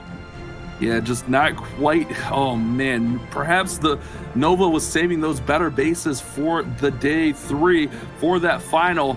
and it showed to be too much for Eve. They weren't able to get through their defenses of Nova, and Nova was able to crack those 11 original bases really strongly here. And here we go. We got the last attack coming in from Eve Mark. It looks like we have a Lalo, no zaps, and we do have a Queen Walk, so more of a traditional Queen Charge, Queen Walk Lalo here from Eve Mark. Yeah, does use the Queen on the outside and only taking the one Lava Hound, trying to use that to help try to push his way through. But I'm looking at the way the sweepers are, since they're pointing from one's pointing towards 1 and the other pointing towards 4. The Lalo should come from the top side around the base. World Champion's going to be able to help grab the scatter shot through here. And there's the poison spell, going to help take down the headhunter, doing some work to the Queen here. And the King is not able to take the single target Inferno down at the bottom side of the base. Unfortunately, he just gets stalled out. It is a full Tesla, or not Tesla, a single target Inferno. There is the rage for the Queen, but oh man, there's got whacked by the Eagle Artillery right there. Those healers took massive damage, and it looks like the pups finishing off a few of them. Only a couple healers remaining, and that is going to make that Queen Charge really tough to get through the remaining portions of the space. Not quite what Eve Mark was looking for, as that Queen has to force her ability out, and she's going over to the King now. We have the Lava Hound and the balloons pushing towards that Town Hall. World Champion's going to get the Queen down, but is this going to have enough to get through this bottom phase of, or bottom portion of this base, rather, Carbon? No, unfortunately, that Queen and the healers got picked off way too quick there, and they're avoiding the Town Hall. Oh no! Oh no, the Town Hall! Oh, when nothing activated the Town Hall, Carbon. A few balloons do come back. Warden ability. Luckily, that sweeper pushing some troops backwards, but man, with no haste, not much spells. There is one freeze, and those balloons taking massive damage. This one looks to be about over for Eve Mark. Not quite what he was looking for. That scatter shot is going to do massive damage, as these balloons are all clumping in one area. They're all going to get hit by this scatter shot. Oh my goodness, Carbon, look at this damage being dealt now.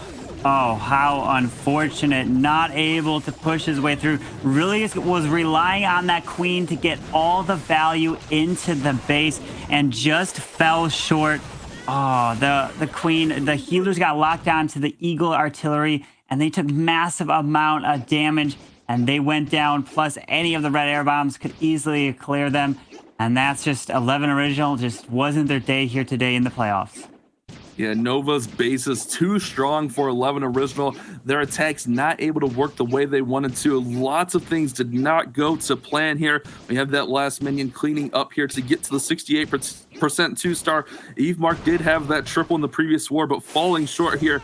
Although the war was already over, you definitely want to go out with your head held high. And there we go, a 2-star, 68% to finish off for 11 original.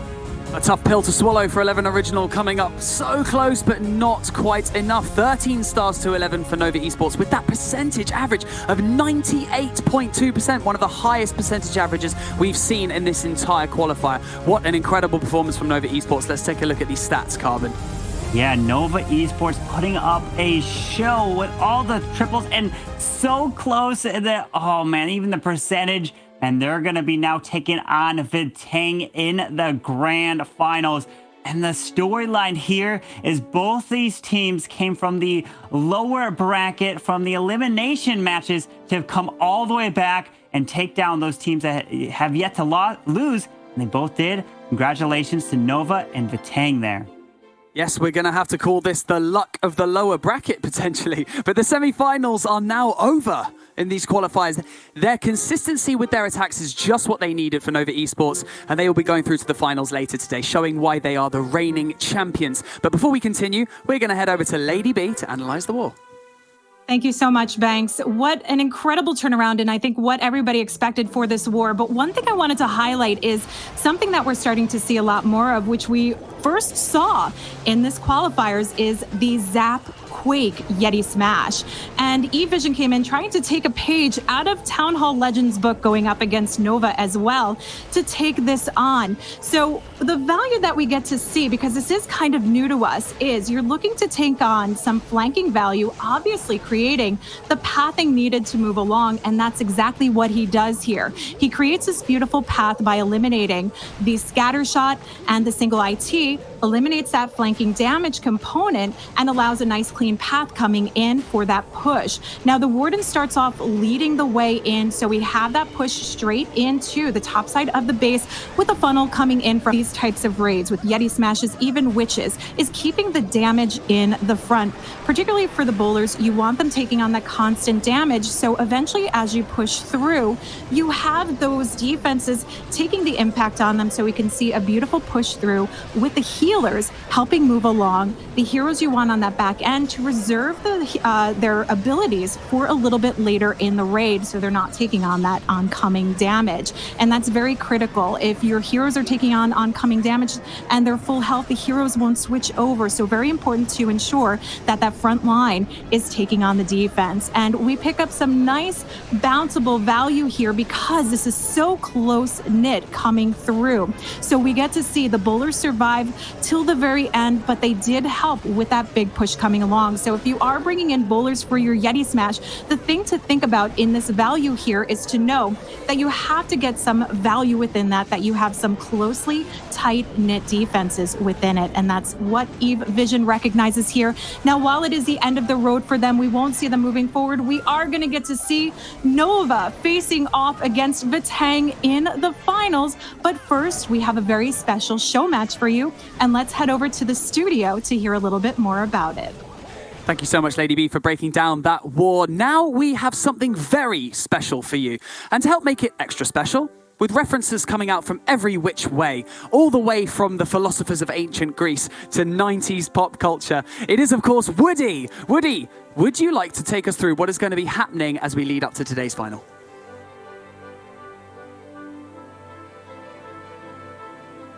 Woody, you're muted. Hey, you can hear me now. Sorry about that. I put myself on mute real quick. We've got a show match between the Space Station Gaming squad, the ESL Mobile Open Season 5 champions, having defeated Golden X and Coastal Clash, two really well-known squads, and a highly coveted spot here in the North American region to claim basically the top spot up against Alternate Attacks, a squad that has qualified already for the World Finals, just off of their performance last month and is now all the talk of the town. And Bash, I would just like you to stress the importance of this match. What's at stake? Let's build the tension. There is a little bit at stake. These clans will be playing for a small gem prize. So all of the gems on the line here for these two clans. This is looking to be an immense matchup as these two teams are some of the strongest we've seen. We saw Alternate Attacks with that perfect war last month. You can't ask for much better of a matchup here, Banks. Well, you heard it here, False. You heard it here first. Sorry, the Alternate Attacks are going to be squaring off against Space Station Gaming. So, which players from Alternate Attacks do you think are going to come out particularly strong, Woody?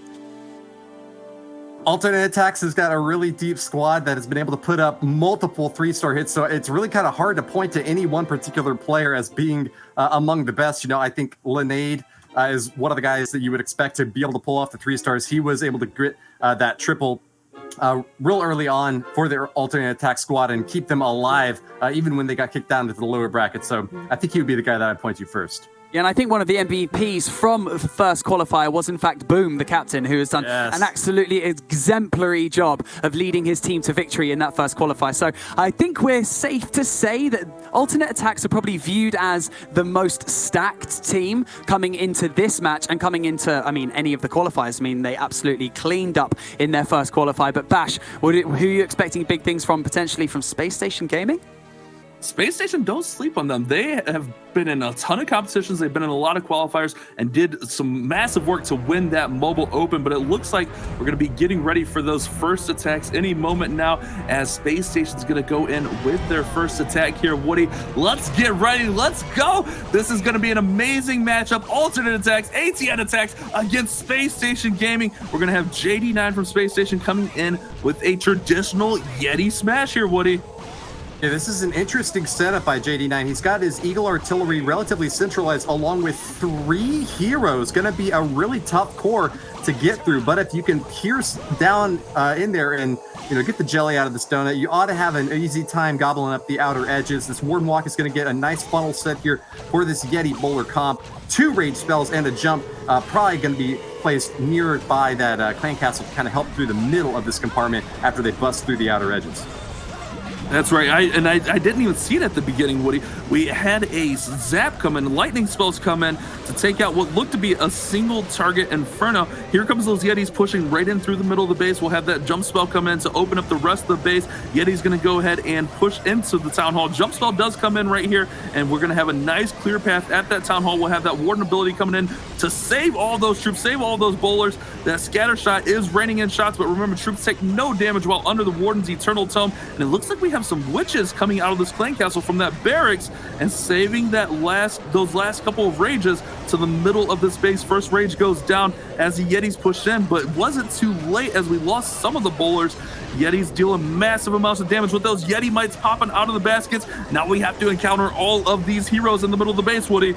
The main stage of the attack is now underway. All 3 of those heroes on defense slicing, dicing, firing away, doing their best to annihilate these Yetis. They get a few pop shots in there, but JD9 is still looking quite strong. The center of this base has been absolutely gutted. Archer Queen along the outer edge getting a few more additional shots off against those mortars and archer towers on the sides, but the healers are going strong, really helping those witches out a lot, keeping them alive even though they're taking fire from lots of expos left and right. They're starting to take too much though, and this might be the end of the raid. Grand Warden doing his best to kind of keep these forces alive, but I don't think it's going to be enough, Bash.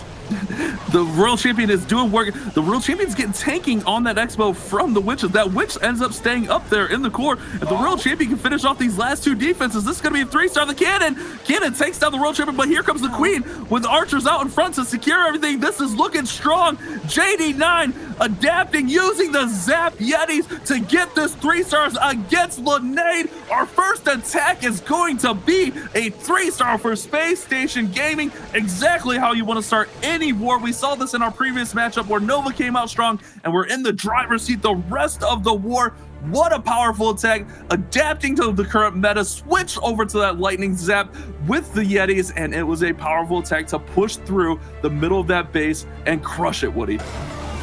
Awesome job there to JD9. Just a sliver of hit points left on the Archer Queen along the outer edge, making use of every single little resource that he had to get to the end of that raid with just a little bit of time left. I think there were about 15 seconds on the clock during the last stage of that hit. But wow, what a great job on base identification here for Linade.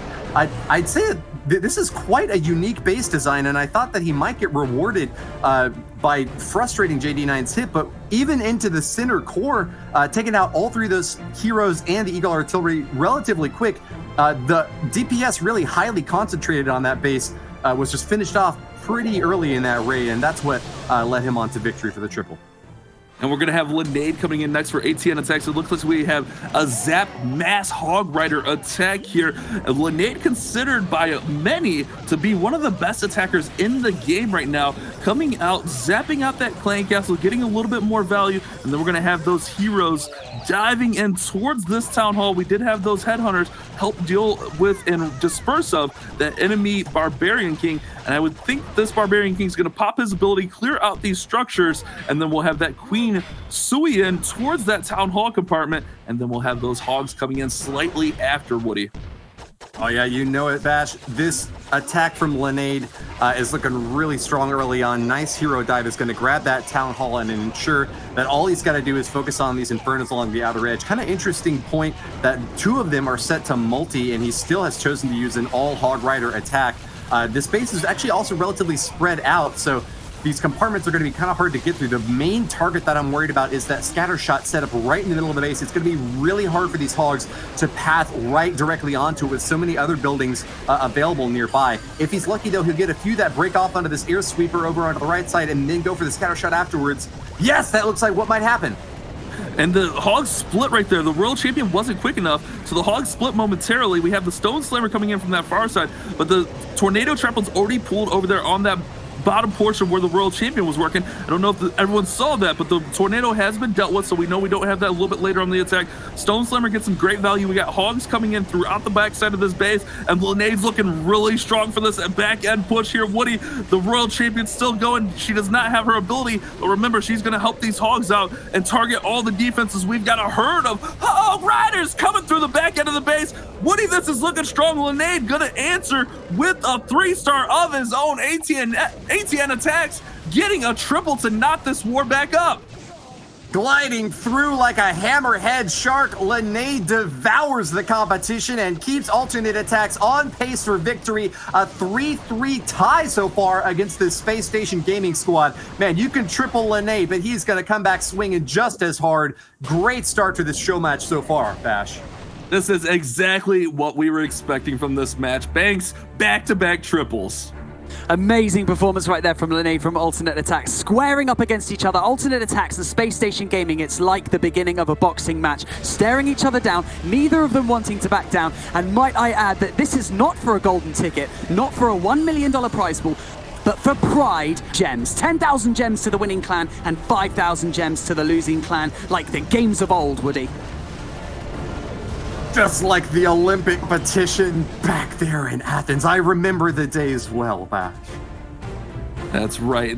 And for pride, like, this is almost North America versus Europe with the way this is set up. Space Station being the North American Mobile Open champions, and ATN Attacks being one of the best teams in the world, already getting their golden ticket, being that #1 seed for the World Championships.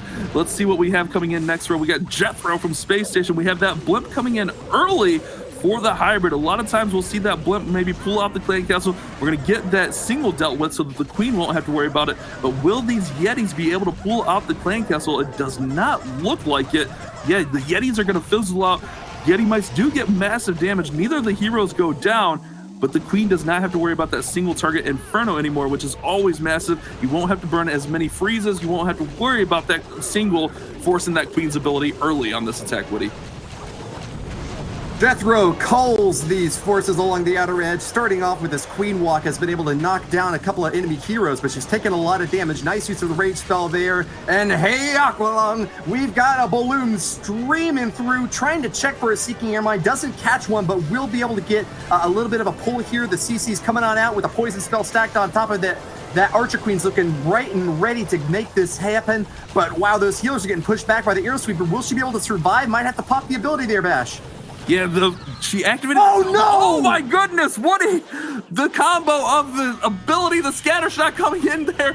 The queen goes down. That is a massive blow for Jethro. I was gonna say that the queen activated the town hall there, which put a lot of extra pressure on.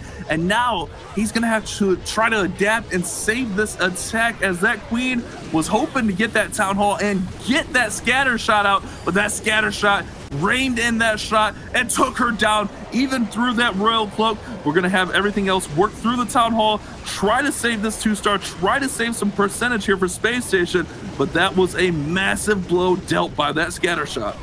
Devastation for Jethro. Fire and brimstone raining down from the heavens as this Eagle artillery remains uncontested out on the top left side of this base. Happy to get easy damage against an attacking army that's swooped all the way down to the 6 o'clock position, but still seems far and away from getting that triple that Jethro wanted to keep pace against an alternate attack squad. The #2 base here, Ast, is holding up very well.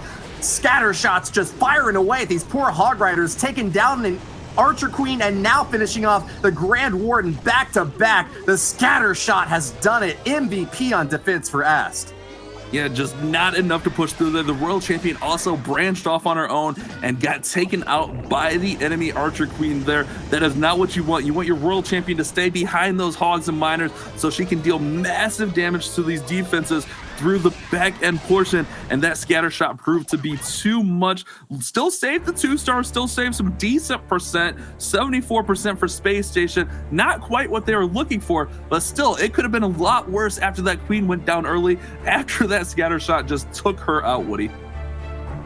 All right, well, it's an opportunity now for alternate attacks to stream ahead. Still a 2-star and an 87% average now up on the board for Space Station. That is certainly not anything to be ashamed of. A good opportunity to continue through this war. They've got 3 more attacks coming in after this, but it's alternate attacks' turn to go in for the hot action. Vale is the man with the plan. He is one of the most experienced attackers in the game. He swapped to multiple different teams and has found his home in this world qualifying squad. Can he live up to the hype and get the triple here to give the attack squad the lead they've been looking for? That's right. We have these Zap, Quake, Lava Hounds coming, Lava Loon coming in rather, Woody. So using that Zap to disperse of that Clan Castle, again, being able to get that Clan Castle out early and not have to worry about those Headhunters, those Lava Hounds holding up the attack, or the Sui here from the heroes is massive. Queen's going to work in. King is going to actually be able to get that enemy Archer Queen down as she hops over the wall. Normally she stays behind that wall and is a pain, but she hopped right over, allowing that King to just surge through that compartment and take her down. And now we have a great funnel, a great shape for this base for Vale's Lala portion to work through. We got the Stone Slammer coming in on the top side, and then we'll have those balloons coming in shortly after. Here we go, balloons, minions coming in as well just to clean up some of those trash buildings, trying to make sure we prevent that time fail. We do see that Tesla's being pulled up top there. Tornado trap on the Stone Slammer is going to spin it right around, Woody. It spins me right around, but he's going to keep on moving through. That tornado down is good news for those balloons out back. Really great spread there by Vale, ensuring that air bombs aren't going to cause too much trouble. But be careful when you spread your balloons too far out. They won't get the Eternal Tome if you don't have your Grand Warden positioned just right. He's doing a great job of readjusting here, but that haste spell might drag even more balloons out of range. You got to have that Warden on top of these balloons for when they path over the Town Hall, or it's going to be massive destruction from above, raining down these bombs. It's a huge balloon parade for Vale, finishing off the Town Hall to claim the 2nd star with the Eternal Tome right where he needed it. Balloons get frozen up a little bit, but that's not going to be enough to stop this attack. Vale coming in strong with those balloons, taking down the Town Hall. Tons of troops up. That is exactly what ATN Attacks wanted on this one. Oh my goodness, Woody, what a nice attack. Working through, pathing those balloons directly into the Town Hall, making sure those freezes were on point so that Town Hall's Giga Inferno did not melt those balloons. And then finally, the Eternal Tome from the Grand Warden was able to keep those balloons up through that Giga Bomb, and we see this attack finish off for an epic 3-star. Vale from Alternate Attacks bringing home an amazing triple right there, displaying why Alternate Attacks are the #1 seed going into the World Finals. What an incredible performance, Woody. The Lady of the Lake, her arm clad in the purest shimmering samite, held aloft Excalibur from the bosom of the water, signifying by divine providence that this barbarian king was to carry the weight of this raid, knocking down that Archer Queen, slicing her apart, and giving the perfect intro for a Lava Loon attack with dominating force. That's right, Woody. All that and more. We're going to have Space Station coming in. They're going to need to respond with a 3-star of their own. Euronics here coming in with the Zap Hogs, looking to zap out this scatter shot, rather, and get through here. Did get a bow and perhaps a wizard tower there. I kind of missed what went down first, but it looked like maybe a wizard tower. And we got the Yeti working in to help set the funnel, set the edge, so that these heroes can get into the central compartment right here. We do not have any kind of walk or charge happening. This is just going to be a Sui dive for these heroes towards that Town Hall. And here comes that wall record that we're seeing so much now, Woody. Jumping off the tallest diving board they can find. This is a massive dive up top. The Archer Queen and King backing up this wall record to go all the way into this Inferno Tower, and then trying to finish off the CC and the Town Hall. It's a big ask, but if he makes the call, Euronics for Space Station will have an amazing intro into the space. It's a high-risk, high-reward strategy, Bash, but he's finally done it. He's drilling through the outer layer. Ice Golem pops, freezing those defending buildings, and the Barbarian King's starting to smash his way through.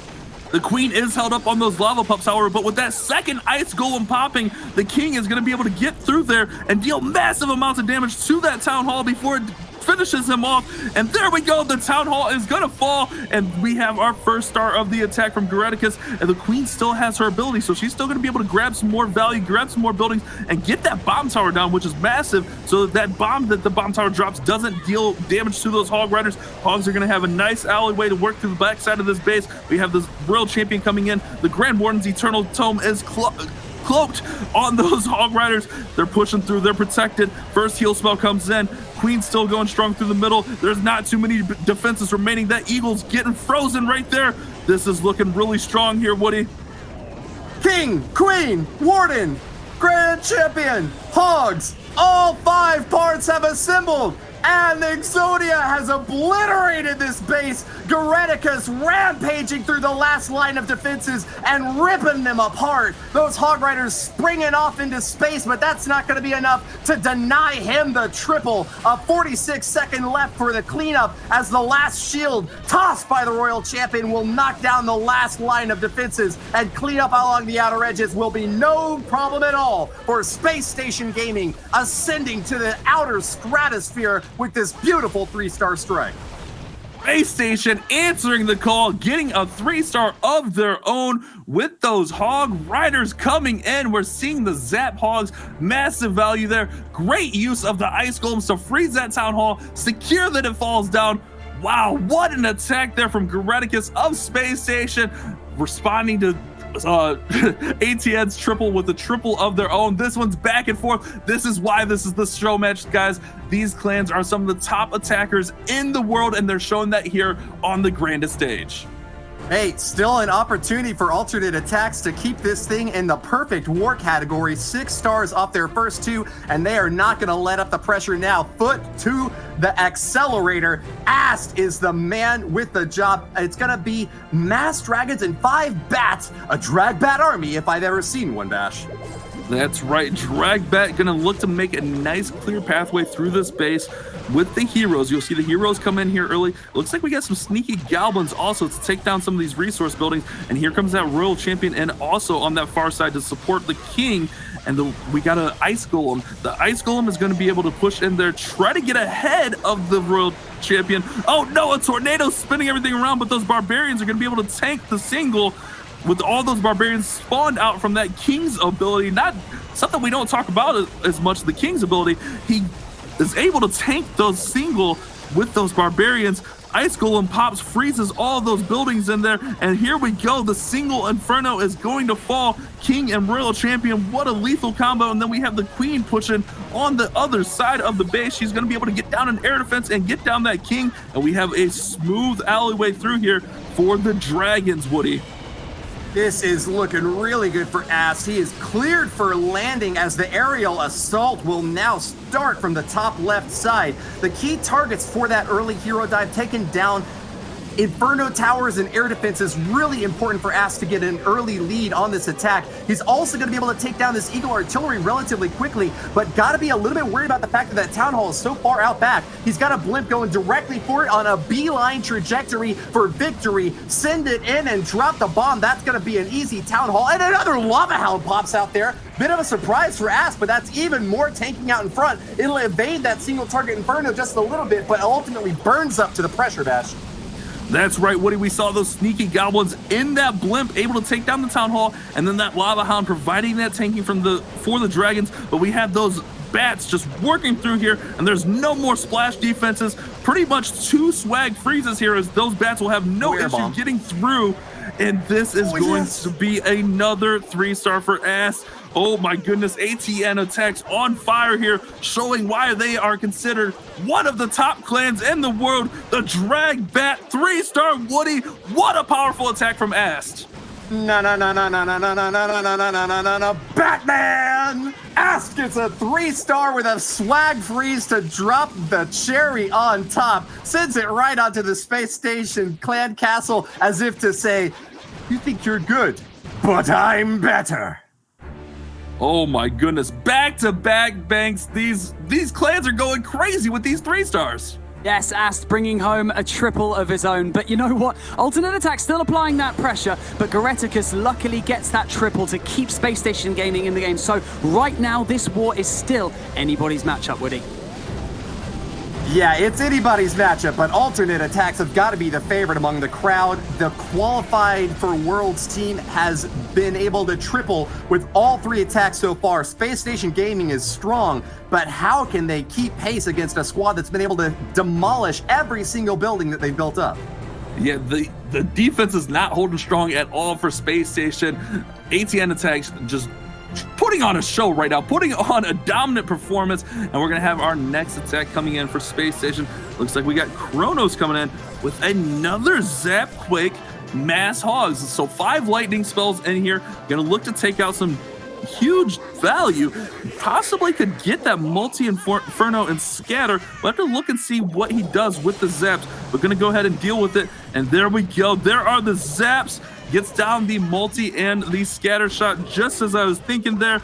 And we got the king and queen working on that lava hound. They'll work to that bottom side and see if they can push inwards on the base. And here comes that wall wrecker, Woody. We're seeing so many wall wreckers to secure these town halls, as the town halls are always heavily protected. Gloriously targeted spell usage on the interior of this base knocks down that CC. And look, there's not much to be said about these 2 Infernos. They're spread out, but the 3rd is going to be gone. This is a nice lead for Kronos early on. He'll have an easy stab at the Town Hall, and it's just going to be focusing on the key defenses along the outer edge. But I got to be, warning you out there. There's a lot of heroes spread along the sides, both backing up these 2 Infernos and the Eagle artillery up on the top side. Scatter shot could be troublesome, so let's make sure that this funnel is set perfectly. That's what you need for a clever Hog Rider entry, and it looks like Kronos is getting exactly what he's looking for here. They're going to try to go clockwise around this base from that 9 o'clock position up to the top, and then back swooping around, finishing off whatever this Archer Queen doesn't take down. That's right, Woody. You do have to be aware of those heroes, but remember, we have the Headhunters in the comp here, and it looks like the Headhunters were encompassed in that Warden's Eternal Tome to protect them, to deal with that first hero. And then remember, the World Champion will actually target heroes. She does favor defenses, but she will also attack heroes. We got tons of hogs working through here. That scatter shot's going down. This has got a strong push through the back end, looking to deal with that cannon with a balloon, and we're getting over towards that enemy World Champion. Will the offensive World Champion, she's stuck on the king. Some of those hogs are gonna go down due to that Royal Champion, but we still have a lot of hogs. We got sneaky goblins for cleanup. Here comes the Royal Champion to disperse of the enemy Royal Champion. She's got to throw her Seeky Shield as that single was burning her up here, Woody. She gets through. She gets the Royal Champion down. The Inferno is gone. Only a couple defenses. It looks like Kronos has got to get the 3-star here as well, Woody. These hogs have an insatiable appetite for demolition. Porcine perfection from Kronos, making his waves felt throughout the entirety of this war. The triple is good for Space Station, and that'll be another big 3-star on the board to claim victory with this 4th attack. Alternate attacks are gonna really have the pressure put to them now, as they have to keep those 3 stars coming. How can a team get so far ahead and keep pace against the Station Gaming squad that has been able to demolish their bases? Alternate attacks really were used to 11 and 12-star hits against them, even in the qualifiers, but Space Station has got now an 80% or a 75% hit rate, we'll call it, with 3 stars out of the 4 hits so far. They need that huge defense here to not use up. Alternate attacks still in the driver's seat, 3 for 3 on their triples. But man, this is anyone's war. This is living up to the hype. This is exactly what we were hoping for from this war. We have Yo-Yo23 coming in with his favorite attack, some balloons, Woody. It looks like we have a queen charge balloons, and this is more of an old meta attack, but still super effective. We just don't quite see it as much, but when executed properly, and some of these players know how to do this attack so well, it is a beautiful thing to watch. But look at these healers. They're taking some damage from that air defense. You know, Bash, we're always at the mercy of randomized bracket construction whenever we do our draws for these monthly events, but wow, this show match is just like a match made in heaven for these 2 teams. The best in NA, the best in Europe, and competing for titles among the best in the world, seeking to go on to the World Championship and keep their head held high. Alternate attacks, the first team to qualify, is going to continue the pressure now with this queen charge deep into the base, poisoning both the king and the lava hound for a beautiful entry. Yo-Yo23 is known for these lava hound attacks, has been able to pick up 3 stars with them time and again, and it's actually going to be focusing the bulk raid on the early strike here with this Archer Queen. Only brought 2 Lava Hounds and just kind of a smattering of 16 balloons. They can dish out a ton of damage, but you need perfect strategies in the first stage of this hit in order to set up this base for the follow-up. One of the issues when you do a queen charge is you use 5 healers, which is 70 camp space, Woody. That is 25% of your army. So you want to make sure that you're getting the proper value out of that. And we see this so many times. Now we have that Royal Champion diving in here. She's going to go ahead and get that multi-target Inferno down, and she's going to work it. Oh, she does not get to that enemy queen, but she got some pretty good value on the top side, dispersing of that multi. Now we got the tornado trap spinning, and it looks like there's nothing in it. That is going to be massive for JoJo here, coming through the middle of the base. We have the blip getting to the Town Hall, freeze on the Town Hall, and here we go. Town Hall's going to fall. We got the Warden following these balloons around. Not all the balloons took damage. The Warden missed. Oh my goodness, the Warden missed some of those balloons, but this Eternal Tome, Woody, can this one have enough? We got the Archer Queen. We have a scatter shot on the back end. Can he get through here?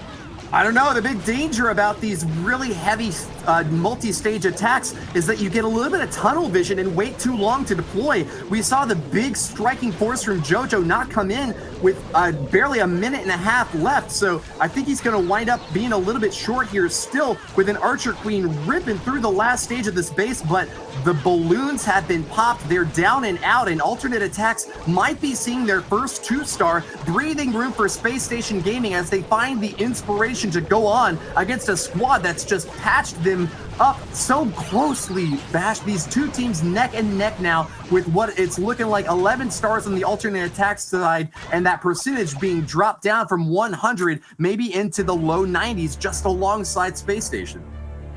A lifeline has been handed to Space Station Gaming just now. Alternate attacks, unfortunately, not being able to clutch up with another triple, but the percentage still leans in alternate attacks' favor, Bash. That's right. They still have the percentage there. Not quite a 3-star there from Yo-Yo working through, and that last scatter queen compartment was just too much for these balloons working through here. They're still in the driver's seat. You'd like to think the Space Station would like to triple, put that pressure back on. If they triple, that's going to make alternate attacks have to 3-star. Remember, stars before percent. So a 3-star here will force that 3-star from ATN attacks here, Woody. Yeah, we saw a 2-star 74% from Jethro. So relative to the 2-star 90% that Yo-Yo just put up, that's a 16% strike in just one battle. So that's enough to make up that 4% difference overall between those 4 attacks that we've seen from each team now. We're going into the last and final chance for John to redeem Space Station. Really need to see a triple right here just to keep pace against alternate attacks. A triple could give them the win if alternate attacks can't put another one up on the board. But even if they don't fully 3-star, they need to get that percentage as high as possible, since alternate attacks is so far ahead on it right now. Even a tied game would go in alternate attacks' favor. And we have the Warden going right in at the single target Inferno. So going to use that freeze to ensure that the single goes down from this Warden walk, and then we're going to have the King with that Siege Barracks with the P.E.K.K.A. and Wizards come in from that far side to make sure that these Yetis are going to push into the middle of the base here. And look, the Super Wallbreaker comes in and opens that Town Hall compartment. So one jump will open up towards that Eagle compartment. Nice value here from John from that Warden walk and that initial push. And look at this jump spell placement here, Woody. Very nice use of the jump to not open that far compartment, which actually has an opening, making sure everything's going to stay in through the middle of this base. We are losing a few Yetis here. They're taking some damage. That Warden's ability was popped, and we have Yetis coming out of the clan castle with a Witch as well. Here we go, Woody working through the middle of the base, double scatter shot firing. How you feeling on this one?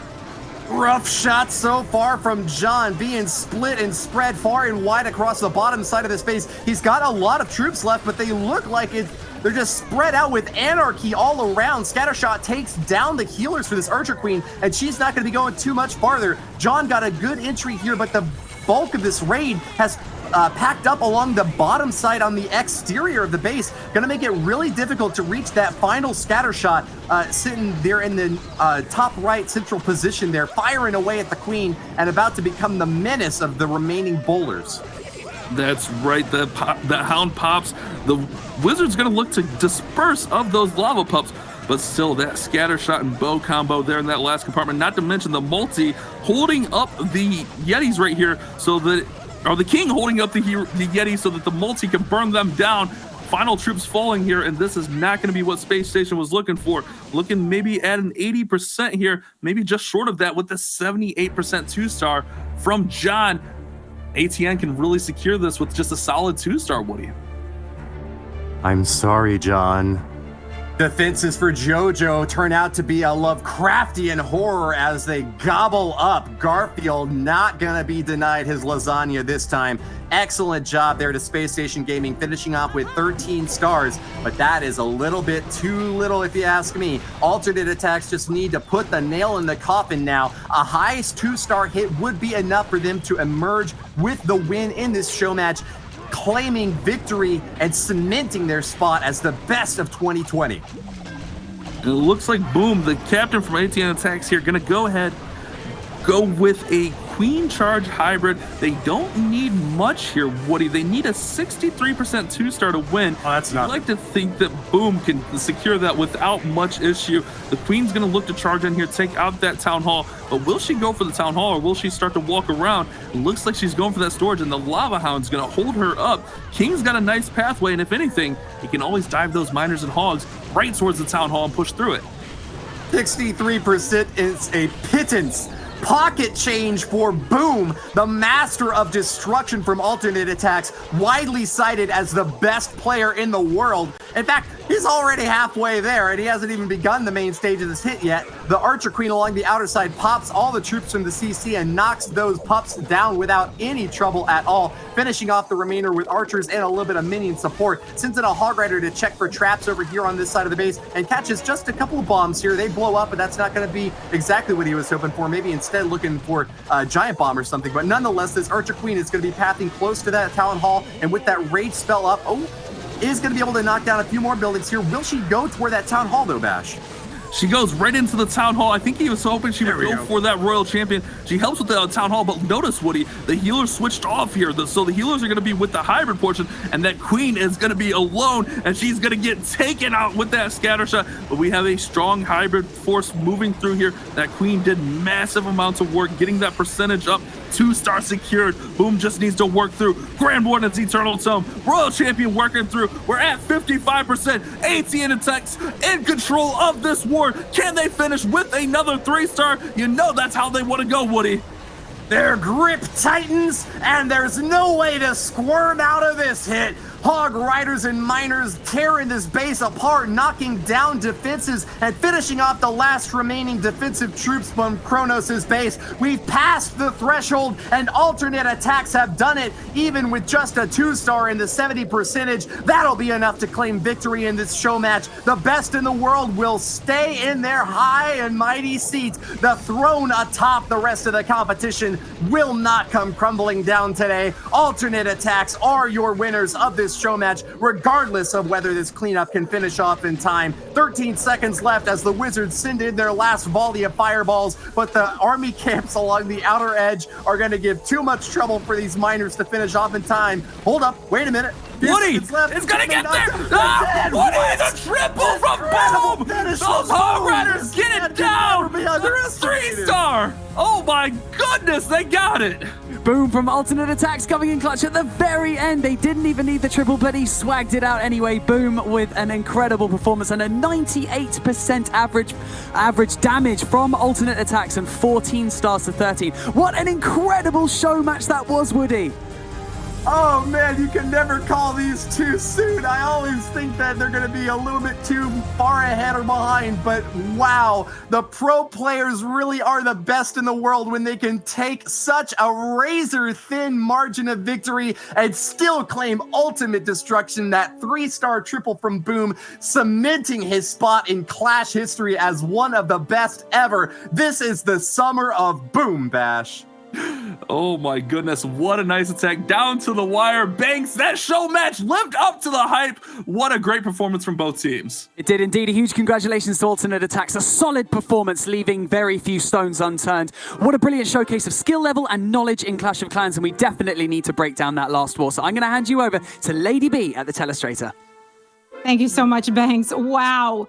Incredible war. Too many good attacks to choose from. But one of the ones I wanted to focus on was this drag bat raid from Ast of alternate attacks. We haven't really had an opportunity to break down this drag bat combination. And in general with bats, the key is to pick up the great splash damage value early on to limit it from the back end, and think about freezable value as well, which we'll talk about.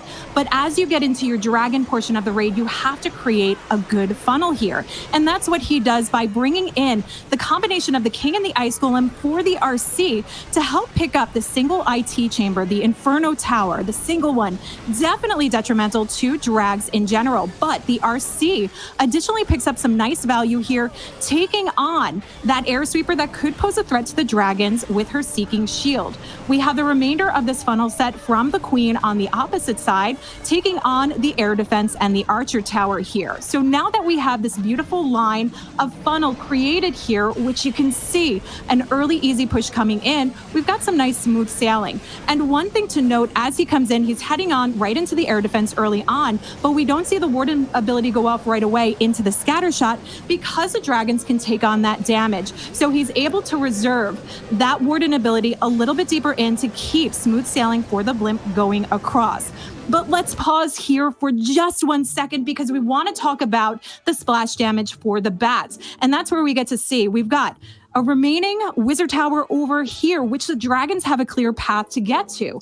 But where we also have is another wizard tower right on the bottom side of the base, along with the scatter shot here. But the dragons actually move over. That was a nice freezable value there that a freeze can actually take down. But with the dragons moving across, he's got smooth sailing. I do like the slight delay of the bats to allow these dragons to do some of the tanking along the way to ensure he can hold on some of those freezes for that remaining wizard tower that didn't go down. And that definitely helped, so much so that we actually got to see Ast with a freeze in the very end that was absolutely unneeded. So very smart thinking on how to actually shape up this base and work it along and make the proper pathing for not only the dragons, but the bats. And a sweeping victory for them. Phenomenal job. They get the win over Space Station Gaming, but we've got the main event to come up, and that is the finals. So let's get ready, let's get hyped, and let's head into it.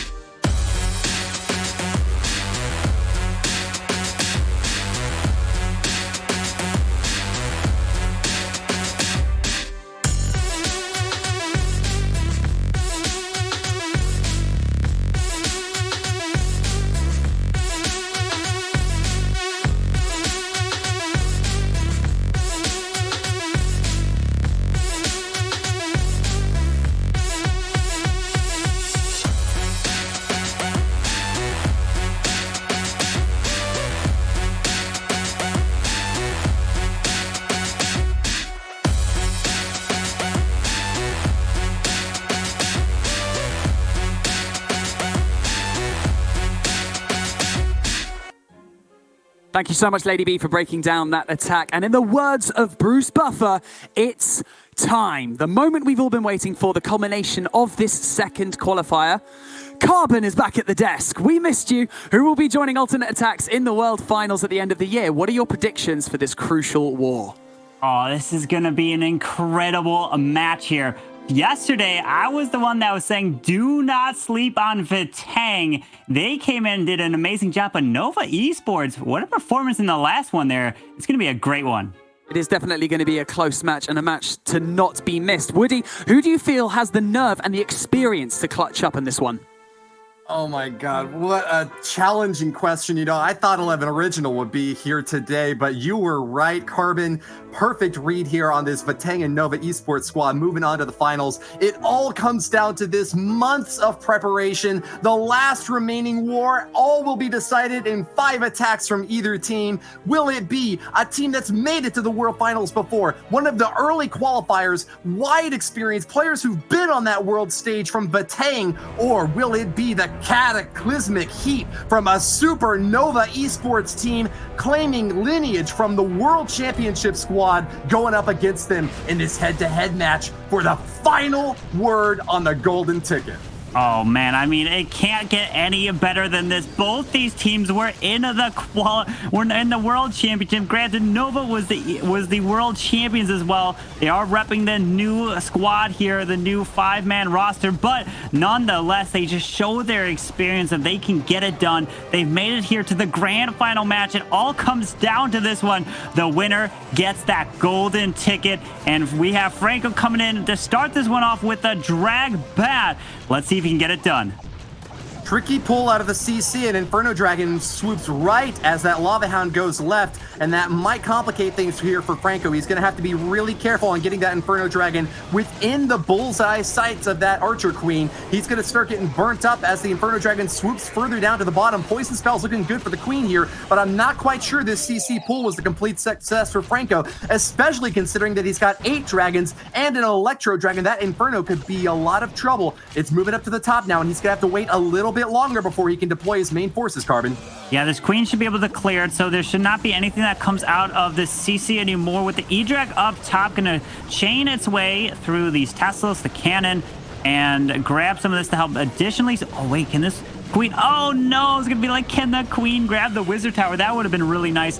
He's got the dragons to fly their way straight in, and a lot of times you don't want to send your E-Drags necessarily in with the dragons, because if the dragons clear those defense in front of the E-Dragons, then they just keep getting stalled up and slowed down. They don't get their chain off. But here we go. One E-Drag on the top is going to help get some nice skip value. The Stone Slammer's coming on the bottom side to help take down that splash. Then you can freeze the bottom down there to help. Oh, wait. The bats are moving through. This is looking solid. Needs to keep freezing the scatter here. I like it a lot. Gets the additional freeze on the scatter and on that air sweeper, providing a little bit of coverage for those dragons as they path down toward the bottom of the base. Franco got a bit of a slow start here, but I think he's followed up with this beautifully. These buildings getting knocked apart by a Stone Slammer will not be denied. This new siege machine is coming in so helpful for Franco. And look at all of these dragons, 7 of them up, and an Electro Dragon to give some additional backup. This has been a dominating showing of aerial magnificence from Franco. Nova Esports start this last grand finals off with the triple. What a great hit with the drag bat. Absolutely executed perfectly. The Stone Slammer helped tank that right section. The bats helped clear the left with the phrases. The dragons cleared the top. Unbelievable. That's exactly how you want to do the drag bat there. Yeah, a lot of splash damage on the bottom of that base with scatter shots and Wizard Towers spread out, but perfect usage of that Stone Slammer to path in directly where he needed it most. Needle point precision to finish off that scatter, and then freeze spells all over the place. A blizzard of destruction with those bats swooping in right afterwards, dropping guano all over Vatang's face. Yeah, now Vatang have to answer the call. Can they do it? And Ken Zero coming in with the Queen Charge Hogs. Drops this blimp to help take down this section. And we need to try to... Can he pull out that clan castle? Oh, no. The blimp gets pushed back.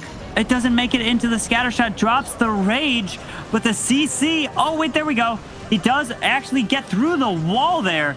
And so he's going to help take down the bomb tower. But the single target Inferno is going to stay. Hopefully that doesn't cause too many issues here.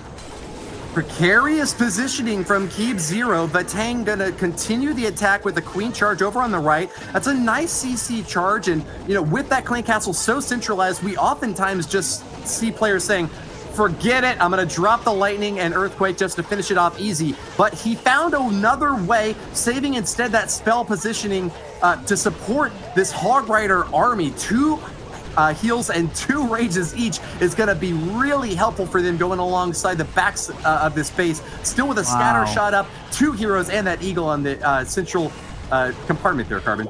Wow, look at that. He didn't use... Oh, the rage! He waited so long not to invest the rage spell. He finally does here. Incredible. There's another super wall breaker coming down. Will this queen go to the Town Hall is the question. Setting up a beautiful funnel. Now the queen can go to the single target inferno as well. Can get some beautiful value with the hogs coming up. Pops that Grand War Eternal Tome really early as he's going through. Does have a free spell still to use potentially for the queen. She's nowhere near that single, so he can invest it somewhere else. Oh, double giant bombs. There it is on the scatter shot on the left side. And has 3 hogs still to move past here, Woody.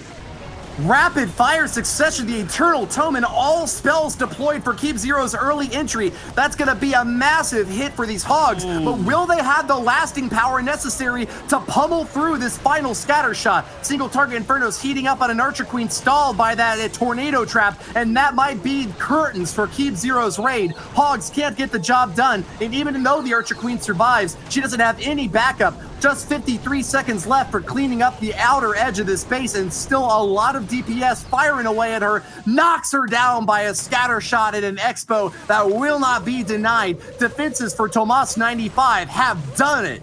Wow, what a great defense for Nova Esports coming in right there to hold off Vatang, starting off with a 3-star. Man, what a performance here, Banks.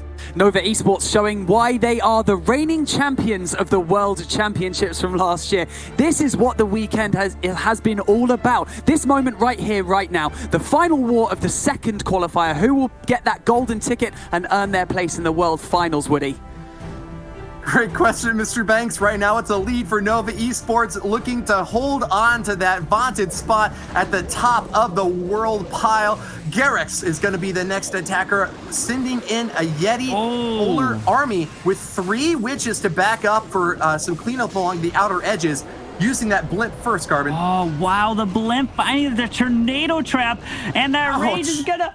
Oh, the rage is not gonna get any use there. And he didn't even pull out the clan castle. Oh no, he's gonna have to try to adapt on the fly here. This is gonna hurt tremendously.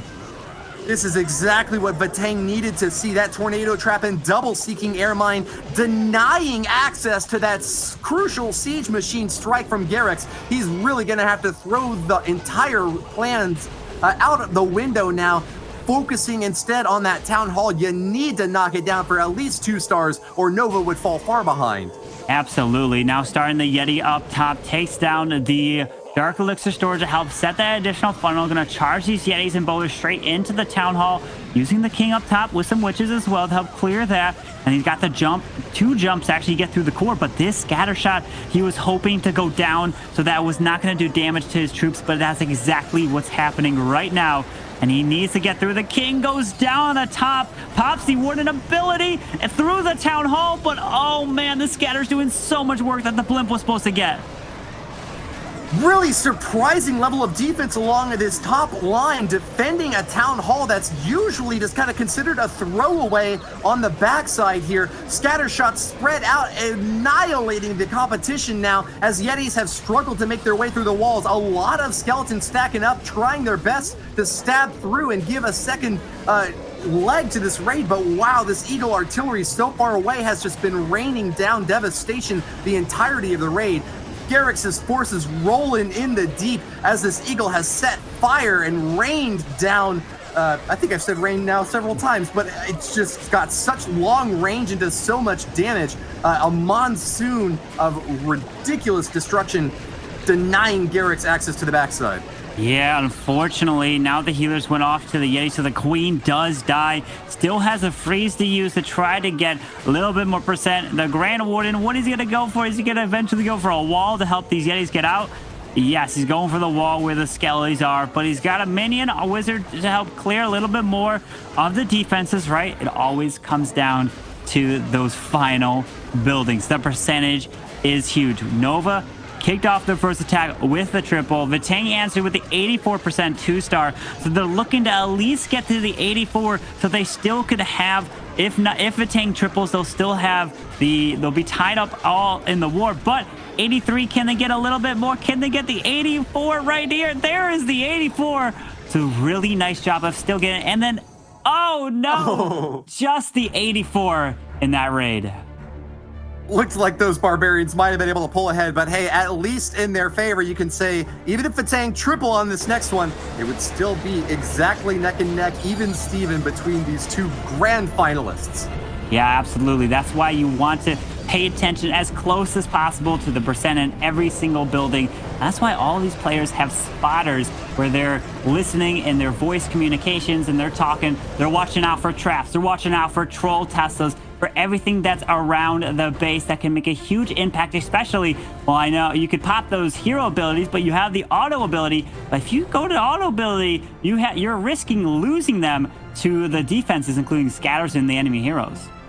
Yeah, that was a really great recovery there, even though he had a lot of fire raining down on him early on. Didn't seem like he could get the siege machine to go where he wanted. Then so much damage dumped right onto his main attacking forces that he was forced to drop pretty much every spell. He still adapted really well to keep that percentage high. But Tang now a chance to strike back again. A squad that had been faltering the first couple of days, but turned the heat up, reaching higher levels than we had seen from any other clan so far in this war series. So will they do it here and now when it counts the most? The golden ticket's on the line and the next attacker is on the battlefield. Yeah, Lancelot is coming in with the Zap Hog Riders, takes out the Eagle Artillery, takes out the Clan Castle and several of the other buildings right around it. Look at the value from there. Now he's got 4 headhunters that he can charge in.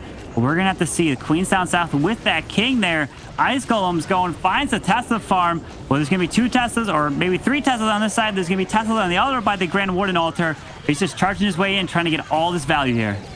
That's the sort of layout that would get a veto from me if I were designing bases for Nova Esports, having that clan castle adjacent to the Eagle Artillery so that both can be taken out by spells is going to be a huge leg up for Lancelot, one of the all-star attackers for Vatang and no stranger to the 3-star parades in his name. Archer Queen and Barbarian King will get a lot of damage along the bottom side, but can't quite knock down that Town Hall. Last little bit of oomph from them is going to open up for the opposite angle of attack. Yeah. Hog Riders from the top side are going to be a risky play, but 3 stars could be in his eyes. Look at that. Sent the blimp all by itself over there from the right side. Still has this Grand Warden Channel. So the Town Hall goes down to the sneaky goblins inside of the blimp. Beautiful job. These hogs are getting some beautiful value. There's another heal. He's got a freeze. He's got 6 hogs to use. This is looking fantastic for Lancelot.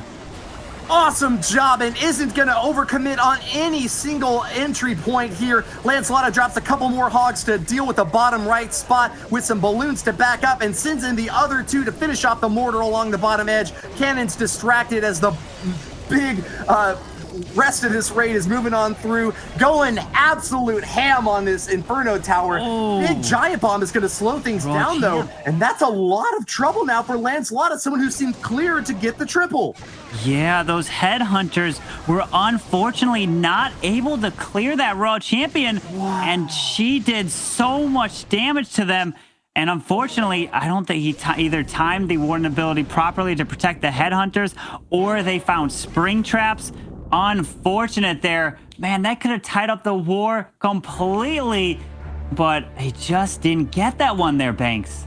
Vatang were offered a lifeline by Nova Esports when they only got 2 stars, but Vatang just unable to clutch on with both hands, and they still ended up getting a 2-star. What an unfortunate turn of events. It did look like it was going to be a triple, but not quite making it. But still anyone's game. We still have 3 attacks left per side. So, Carbon, what do you expect to see? I mean, I'm expecting to see more triples. They have come to play here in the grand finals. They know everything is on the line, and they have to do it exactly. And we're going to be jumping into the next attack for Nova Esports. We've got Tomas coming in with the Zap. Lalo taking out that clan castle to start. Looks like he wants to send the heroes straight into this town hall that's kind of up top towards 12. World Champion is next to that Eagle Artillery. Let's see if that's the area that he wants to Lalo around. This is a clan that's got stars in their name, stars in their logo. Nova is exploding onto the scene once again with a beautiful pickup. This team just really setting the bar super high for the second qualifier this month, aiming at that golden ticket, and it looks like they will have that top spot if there's nothing that Keep Zero's defenses can say about it. Tomas 95 earns an easy early star and is going to continue along the left side of the space. I don't know if he's going to knock down this Eagle, though. Perfectly placed skeleton trap might be enough to deny.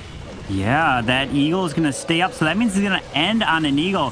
What a risky plan here, but there is no sweeper to deal with, so that's going to be very nice.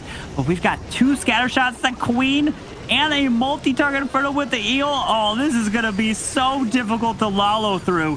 When you lollo, you either want to lollo straight into the eagle, help take that down early, but there's just so much splash that's going to wreck these balloons. Let's see if he can get the perfect push through, and he already burned that Warden and Eternal Tome. Uh-oh, what? Oh, look at all these red air bombs. Oh. Brutal devastation for these balloons, but I gotta say he's got a pretty nice spread here. Tomas didn't concentrate all the balloons in one single spot, and that might give him at least a really high percentage 2-star here. That Eagle artillery is so difficult to overcome though, and that has done it. The balloons have been popped, the Dragon's inactive now. Grand Warden searching for some sort of troops to support, but only finding minions along the outer edge. This hit from Tomas by Nova Esports will get 2 more stars and a mid to high 80% strike to keep them above water right now, but Vatang have finally found an opening with their 3rd attack to even the score again. Yeah, Vatang are going to need to capitalize on this opportunity right here that Nova has given them. This is going to be 85, looks like it probably close to an 86, 80. No, the eagle locks onto the minion that's on the mortar, so pretty much only an 86 unless this eagle takes out that minion over at 9 o'clock. Oh, it's going to be close. Can the minion get it? No, the eagle's going to take it down. Oh, no. 85% 2-star right there. So Vatang are going to have to answer now. They need to get this triple to bring themselves back here. Oh, everything's coming down to these final few attacks.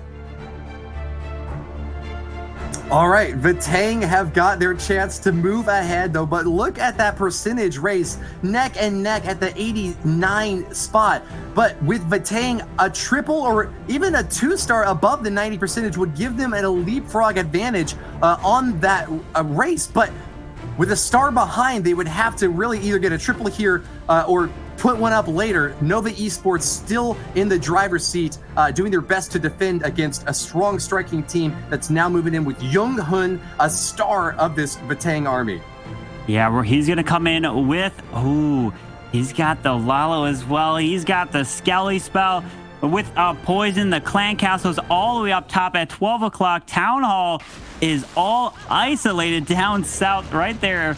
Oh, how is he going to come take this one down? This is kind of similar to, it's not exactly like a legend base, but it kind of has the same kind of fundamentals to it, where that Town Hall is isolated, it's hard to get to, or you're going to have to invest a blimp, which looks like he does have a blimp used here. But all these opening in the walls, letting this king charge his way in. The funnel set beautifully. Now the king can help clear the world champion, the scatter shot, and that's an enormous value right here. Barbarian King smashing through that scatter and finishing off the Royal Champion just like you predicted there, Carbon Fin. Great entry point here for Jungkook, making excellent use of those heroes. He won't have them for the later stage of the raid, but knocking down those key defenses will be a perfect entry point here for this double lava balloon attack. Wow. He's also brought... What do you see? Look at that. The Headhunters, Queen clears it, and she steps up for the Eagle Artillery. Look at that. Now the Queen's going to burn her ability. Eagle goes down. Nothing else coming out of the clan castle is going to target air because he dropped the balloons. There's probably like a lava hound. Yeah, the Royal Champion down south. This is looking fantastic with a free spell down there. Oh, I'm loving this attack. Where did all the air defenses go? Young Hun has been able to demolish them with relatively little competition. Super easy start here on a beautiful base read by Young Hun. He sent in that Lava Hound a little bit aggressively. It's going to pop in. Those pups aren't get very much value, but hold on. Because he still has got another one on the backside for these balloons, a top compartment to get through that outer edge, and then grouping them up with the Eternal Tome now pop for those balloons as they make their way to the interior of the base. Town Hall still standing on the backside, but you cannot be happy if you're a Giga Inferno operator right now, Carbon. Yeah, he's sending that blimp straight for the Town Hall. Is it going to make it there? It does. Town Hall is going to go down here. Sneaky Goblins coming out, freezing the Town Hall once again to protect the loot. And down it goes. Sneaky Goblins coming through clutch. Has the haste spells to use. Balloons are going to split. One goes up to take down that Archer Tower. Beautiful split right there.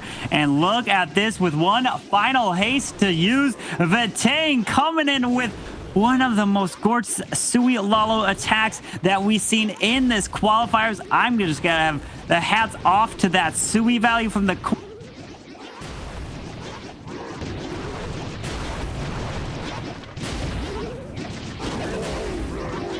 way there. Incredible.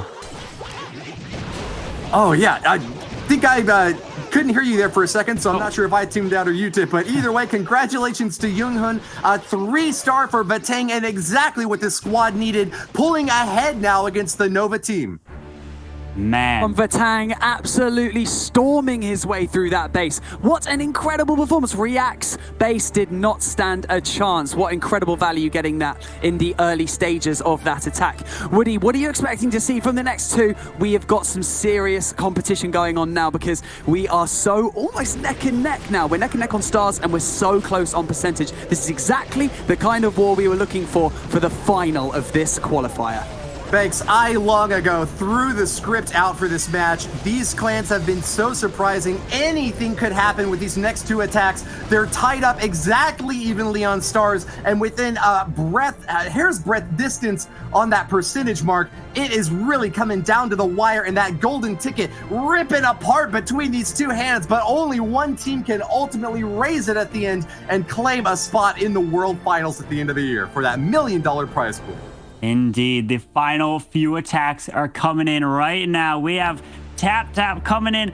Oh, what are we going to see with the Queen Charge Hybrid?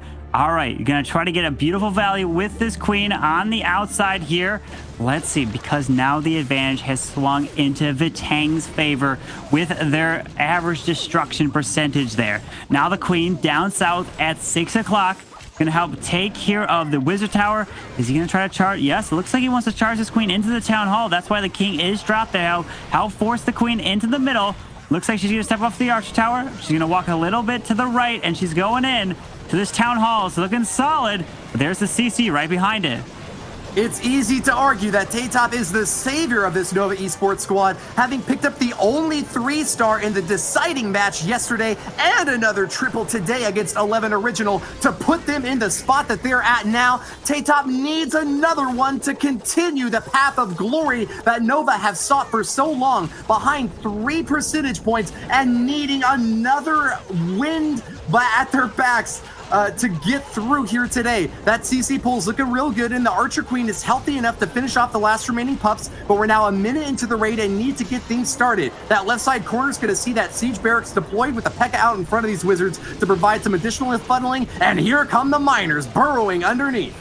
Indeed, the miners are going to charge their way through. This gold store is going to slow down some of the miners a little bit. Are we going to see? No, we're going to see a freeze, not using the Grand Warden Shell Tome, but that single target Inferno is forcing the Queen ability. Pops the Warden right there. He's pushing his way through. The Eagle is still doing work, but the Queen, she's going for the wall. He opened. Oh, now she finally goes off of it. She's going to the right side, but he's going to have to invest a freeze to keep her alive. The Hogs are moving through, trying to keep him alive. There it is. Single is frozen. This is looking really good here, Woody.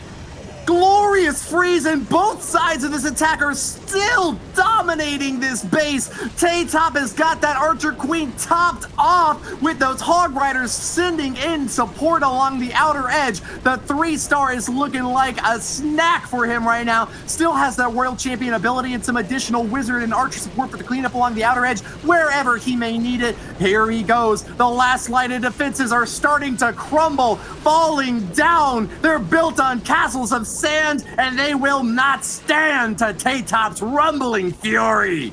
And Nova Esports answering the call. They are getting the triple. What a grand finals match we have right here. And it's only the best of one. You win this, you get the golden ticket. If not, you are eliminated. You have to work your way all the way back to the qualifiers and try again. Everything's coming down to these final attacks. Incredible. Huge sigh of relief from the Nova squad that had fallen behind out that last attack from Vatang. but do they have any room to breathe, Carbon? Look at that score line. 92.7% for Vatang means that they are still ahead. If they can triple right back to back, they will keep Nova out of the leading seat and potentially have a closeout finish with the next attack. Diff is going to be the man for the job, moving in next. He was a really strong attacker in the last war, got a 2-star 88% though, so might be slipping up a little bit. Can he turn it back on when Vatang needs him most? His clanmates are cheering on the Warden walk starting at the bottom left edge for an easy Town Hall kill. Yeah, this is going to be intense here with the Super Witches. This is the first time we're seeing him here today, and we've only seen him just a few times the total in the qualifiers here. And notice that the wall is open right near the Archer Tower and Wizard, right there by the Town Hall, so he can send the Super Witches. They will charge their way straight into the base. King's gonna move his way all the way up and around the Tesla. Oh, he finds the Tesla farm, which is actually really nice. But remember, these Super Witches, they are so tanky, especially with those big boys that they spawn. It seems like, oh, it might run out of fuel, but it just keeps spawning and they pushing their way through. Ground skellies do slow them down, so you have to be careful on the poison spell. Let's see if you can get the value into the Town Hall.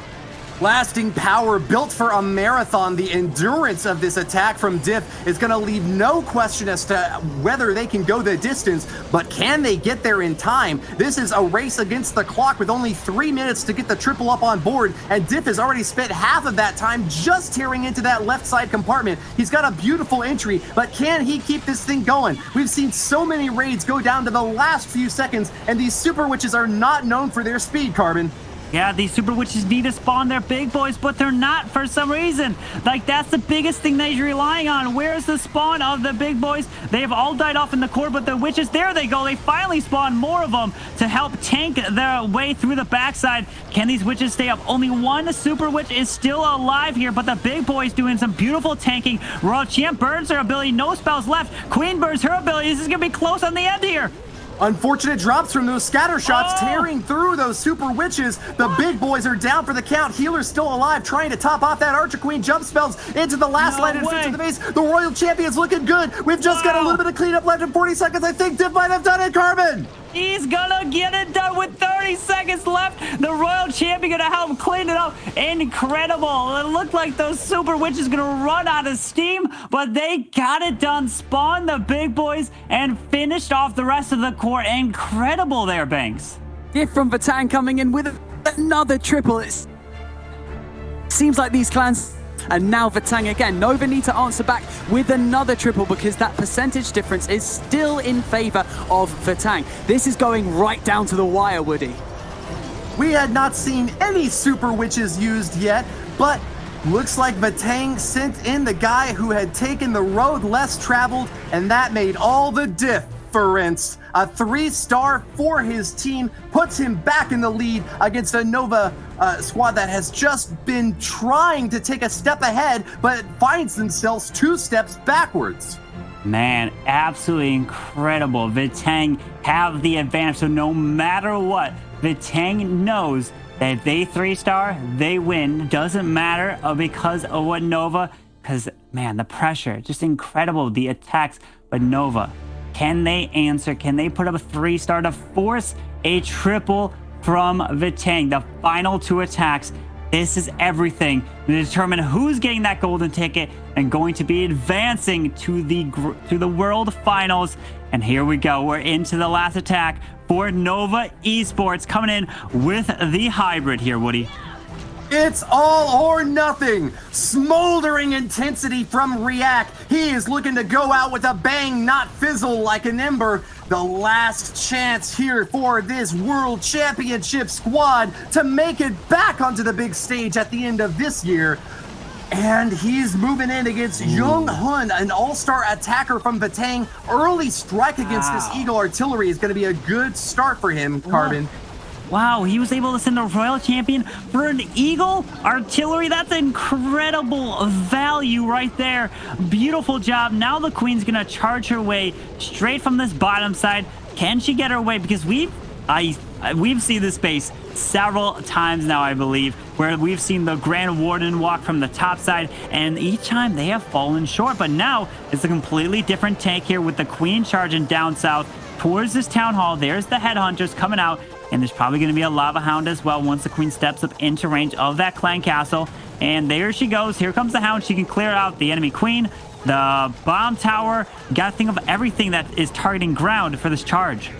This is really dangerous here. The scatter shot survives the early volleys from the queen, and that's going to force another rage spell out here just to try to keep her alive. No support troops until finally we see an archer deployed here, but is that going to be enough to keep React's archer queen on task here? She's firing away at the enemy archer queen now and wins that duel in the center of the arena, not throwing away her shot. Finishes off that expo, boom, knocks down the elixir storage, and it's a refocus for React. Now the first stage of this hit has gone well. Drops another free spell just to keep her safe from that single target inferno, and sends in the big bulk of the army. Hog Riders tearing through, Carbon. What a beautiful use of that freeze to protect that queen, because he realized that the freeze, if he didn't use it, the queen would have died. There it is. Pops the warden ability through the town hall. Has another freeze through the enemy king on the top side. Can she take out this multi-target inferno? Does have one more heal to use. This is looking solid, but the queen goes down. Laser fast reaction time, trying his best to keep pace against a defensive setup that has spread out his forces and denied that piercing strike that he needed so desperately to finish off the remaining defenses. As it almost always goes, the last big line is got a scatter shot in that compartment, the left corner of this base, backing up defenses as best they can, firing away, reload the scatter shot, fire again. Can they hold? Wow, the defense is looking strong here with the enemy king over there, but that scatter shot wasn't locked onto the healers, but now it's eventually going to go. No, the hogs are just in the range to take it down, but he's 10 seconds, Carbon. They're not going to have enough time to make the triple happen. No, the hogs are going to get picked off here. It's just the time is not on his side for Nova Esports. Oh, Nova man. coming away with a 2-star above 90%, but that's going to set them back heavy against a Vatang squad that just need the walk-away win now. A 2-star in the mid, I don't know, probably 80s would be enough to keep them above water and give them a golden ticket, Carbon. Wow, absolutely incredible. Comes down to this final attack for Vatang. Can they get it done? The golden ticket, everything's on the line. We were looking at the replay, sending that hybrid straight into the town hall, tried to keep that queen alive, but because he had to use that queen ability really early, he couldn't use it for the end towards the king to keep her alive. So here we go. It's all come down to this, the whole weekend of competition for one final attack. And here we go. Warning is in for Vatang, and coming in with that Suilalo with 2 skelly spells. Let's go, Woody. Licking his lips. Sweet revenge has never tasted so delicious. And the final chance now for Vatang to become the second qualified team for the World Finals. But it won't come easy. Defenses from Garrix are set up and spread for maximum effect. We've got a Royal Champion backing up 2 other heroes on the left corner compartment. They knock down a scatter shot, and it will be out of contention. Warning knows he just needs a high percentage 2-star, so expect to see that Laloon deploy from the bottom edge going early for that town hall. Yeah, just needs that 83% 2-star, like you said, to help secure the victory and get that golden ticket potential for Vatang. Pulls out the CC, does have a poison spell to help use. Queen's gonna burn her ability, and he does have a lightning spell. Look at that, takes out the headhunters beautifully with the lightning. Gorgeous attack there from Warning. Now the poison's down to help clear these pops, then he's gonna start the Lalo around. Absolutely beautiful. Exactly what he needed out of that early hero strike. Might have tried to get a little bit more damage off against that multi-inferno, but it still ought to be enough to get his entry that he's been looking for. Sends in a coconut balloon to check for a seeking air mine, and doesn't look like... Oh, actually, he does find one. Really good result there for Warning, as this Stone Slammer will have additional insulation from the heat that it's about to endure. Multi-target inferno has locked onto it, and several balloons out back spin around that lava hound, but it's going to keep on popping out the pups. The Stone Slammer missed that multi-target inferno. How unfortunate there, but he's gonna fly around. The town hall is yet to activate. He needs to do it. He's got 2 skelly spells. Is he gonna? Yes, he's gonna use a skelly spell to activate the town hall. There's a rage spell. He's gonna pop the grand warden ability. Down goes the town hall. Remember, he needs an 83% 2-star to get the victory. The Stone Slammer's moving up and around. This is looking solid for the percentage with another 3 freezes. Woody, this is gonna be close.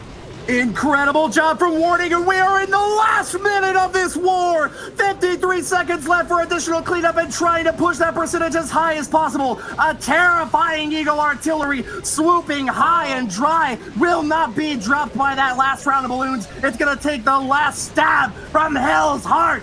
Warning sends in the last salvo. The volley has been completed. Balloons dropping left and right have demolished the competition. 84% sends Vatang to the World Finals. Vatang coming in, getting it done. A beautiful job. Can he even finish this off for a potential 3? The pups are moving in. The baby dragon is still alive. Look at this. Not only finishing it off with the 83% 2-star for the win, but grabs the triple. Congratulations to Vatang. And they are going to be getting the golden ticket here in the second qualifiers to join alternate attacks. Incredible. Beautiful hit there.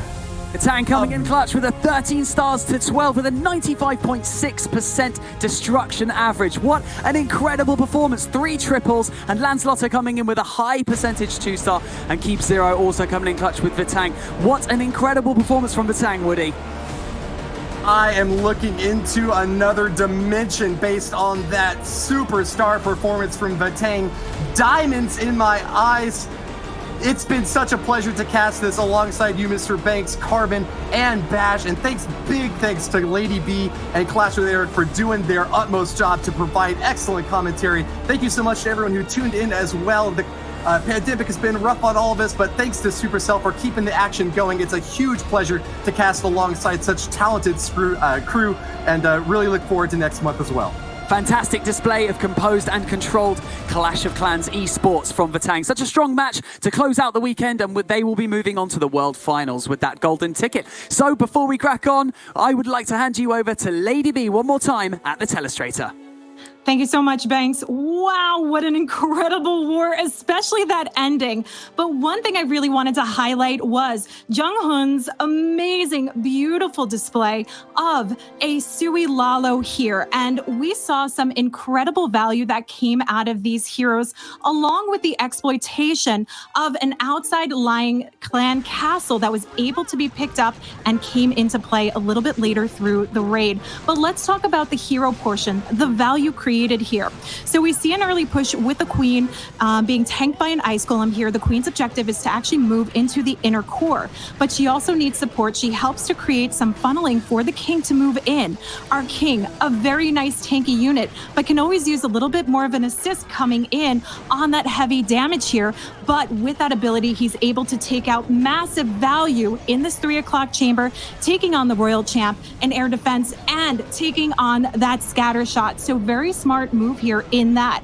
And what this also allows for is the queen, nice pathing, moving along. We even get the assist of the barbarians to come through and help out so she can stay out of range. But it was that clan castle here on the top side of the base that was able to be lured. So the headhunters come into play, but she freezes them up to slow them down here and gets nice, easy access, able to save her ability coming through, take on that eagle and take on both air sweepers. Now, we also had the added value of the support from the Royal Champion coming through, taking on that bottom side of the base, taking on one of the last remaining air defenses that would have been in play, along with the splash damage to the wizard tower there and a single targeting inferno. So a really nice value within that. But we also should note that the RC was used as well further away, so she didn't pull the headhunters into play here. So beautiful use of those heroes. Great pathing that was created for this Lalo portion. Now we do get to see the Warden here using this ability a little bit early before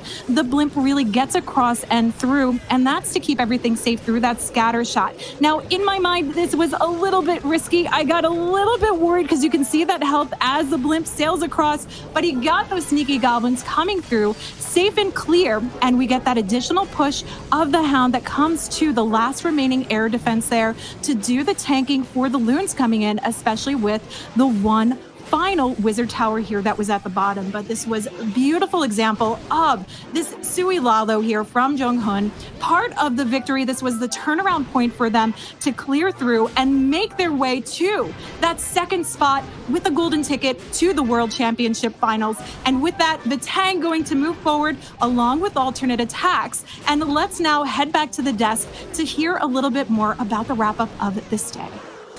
Thank you so much, Lady B, for breaking down that attack. And there you have it. Vatang will be joining alternate attacks in the World Finals, where they will battle it out for the $1 million prize pool. Thank you so much for joining us today. What a weekend we have had. Some of the most nail-biting wars and furious competition, and it keeps getting better. So if you and your clan would like to enter the Clash of Clans World Championships, you can do so by signing up to ESL Play or by qualifying through the in-game Clan War League. So I'd like to say thank you so much to Woody, Carbon, Bash, Lady B and Eric for all of your hard work, and to the production team for your tireless efforts. You know where we'll be in a month, right back here. Vince Banks, see you in a month.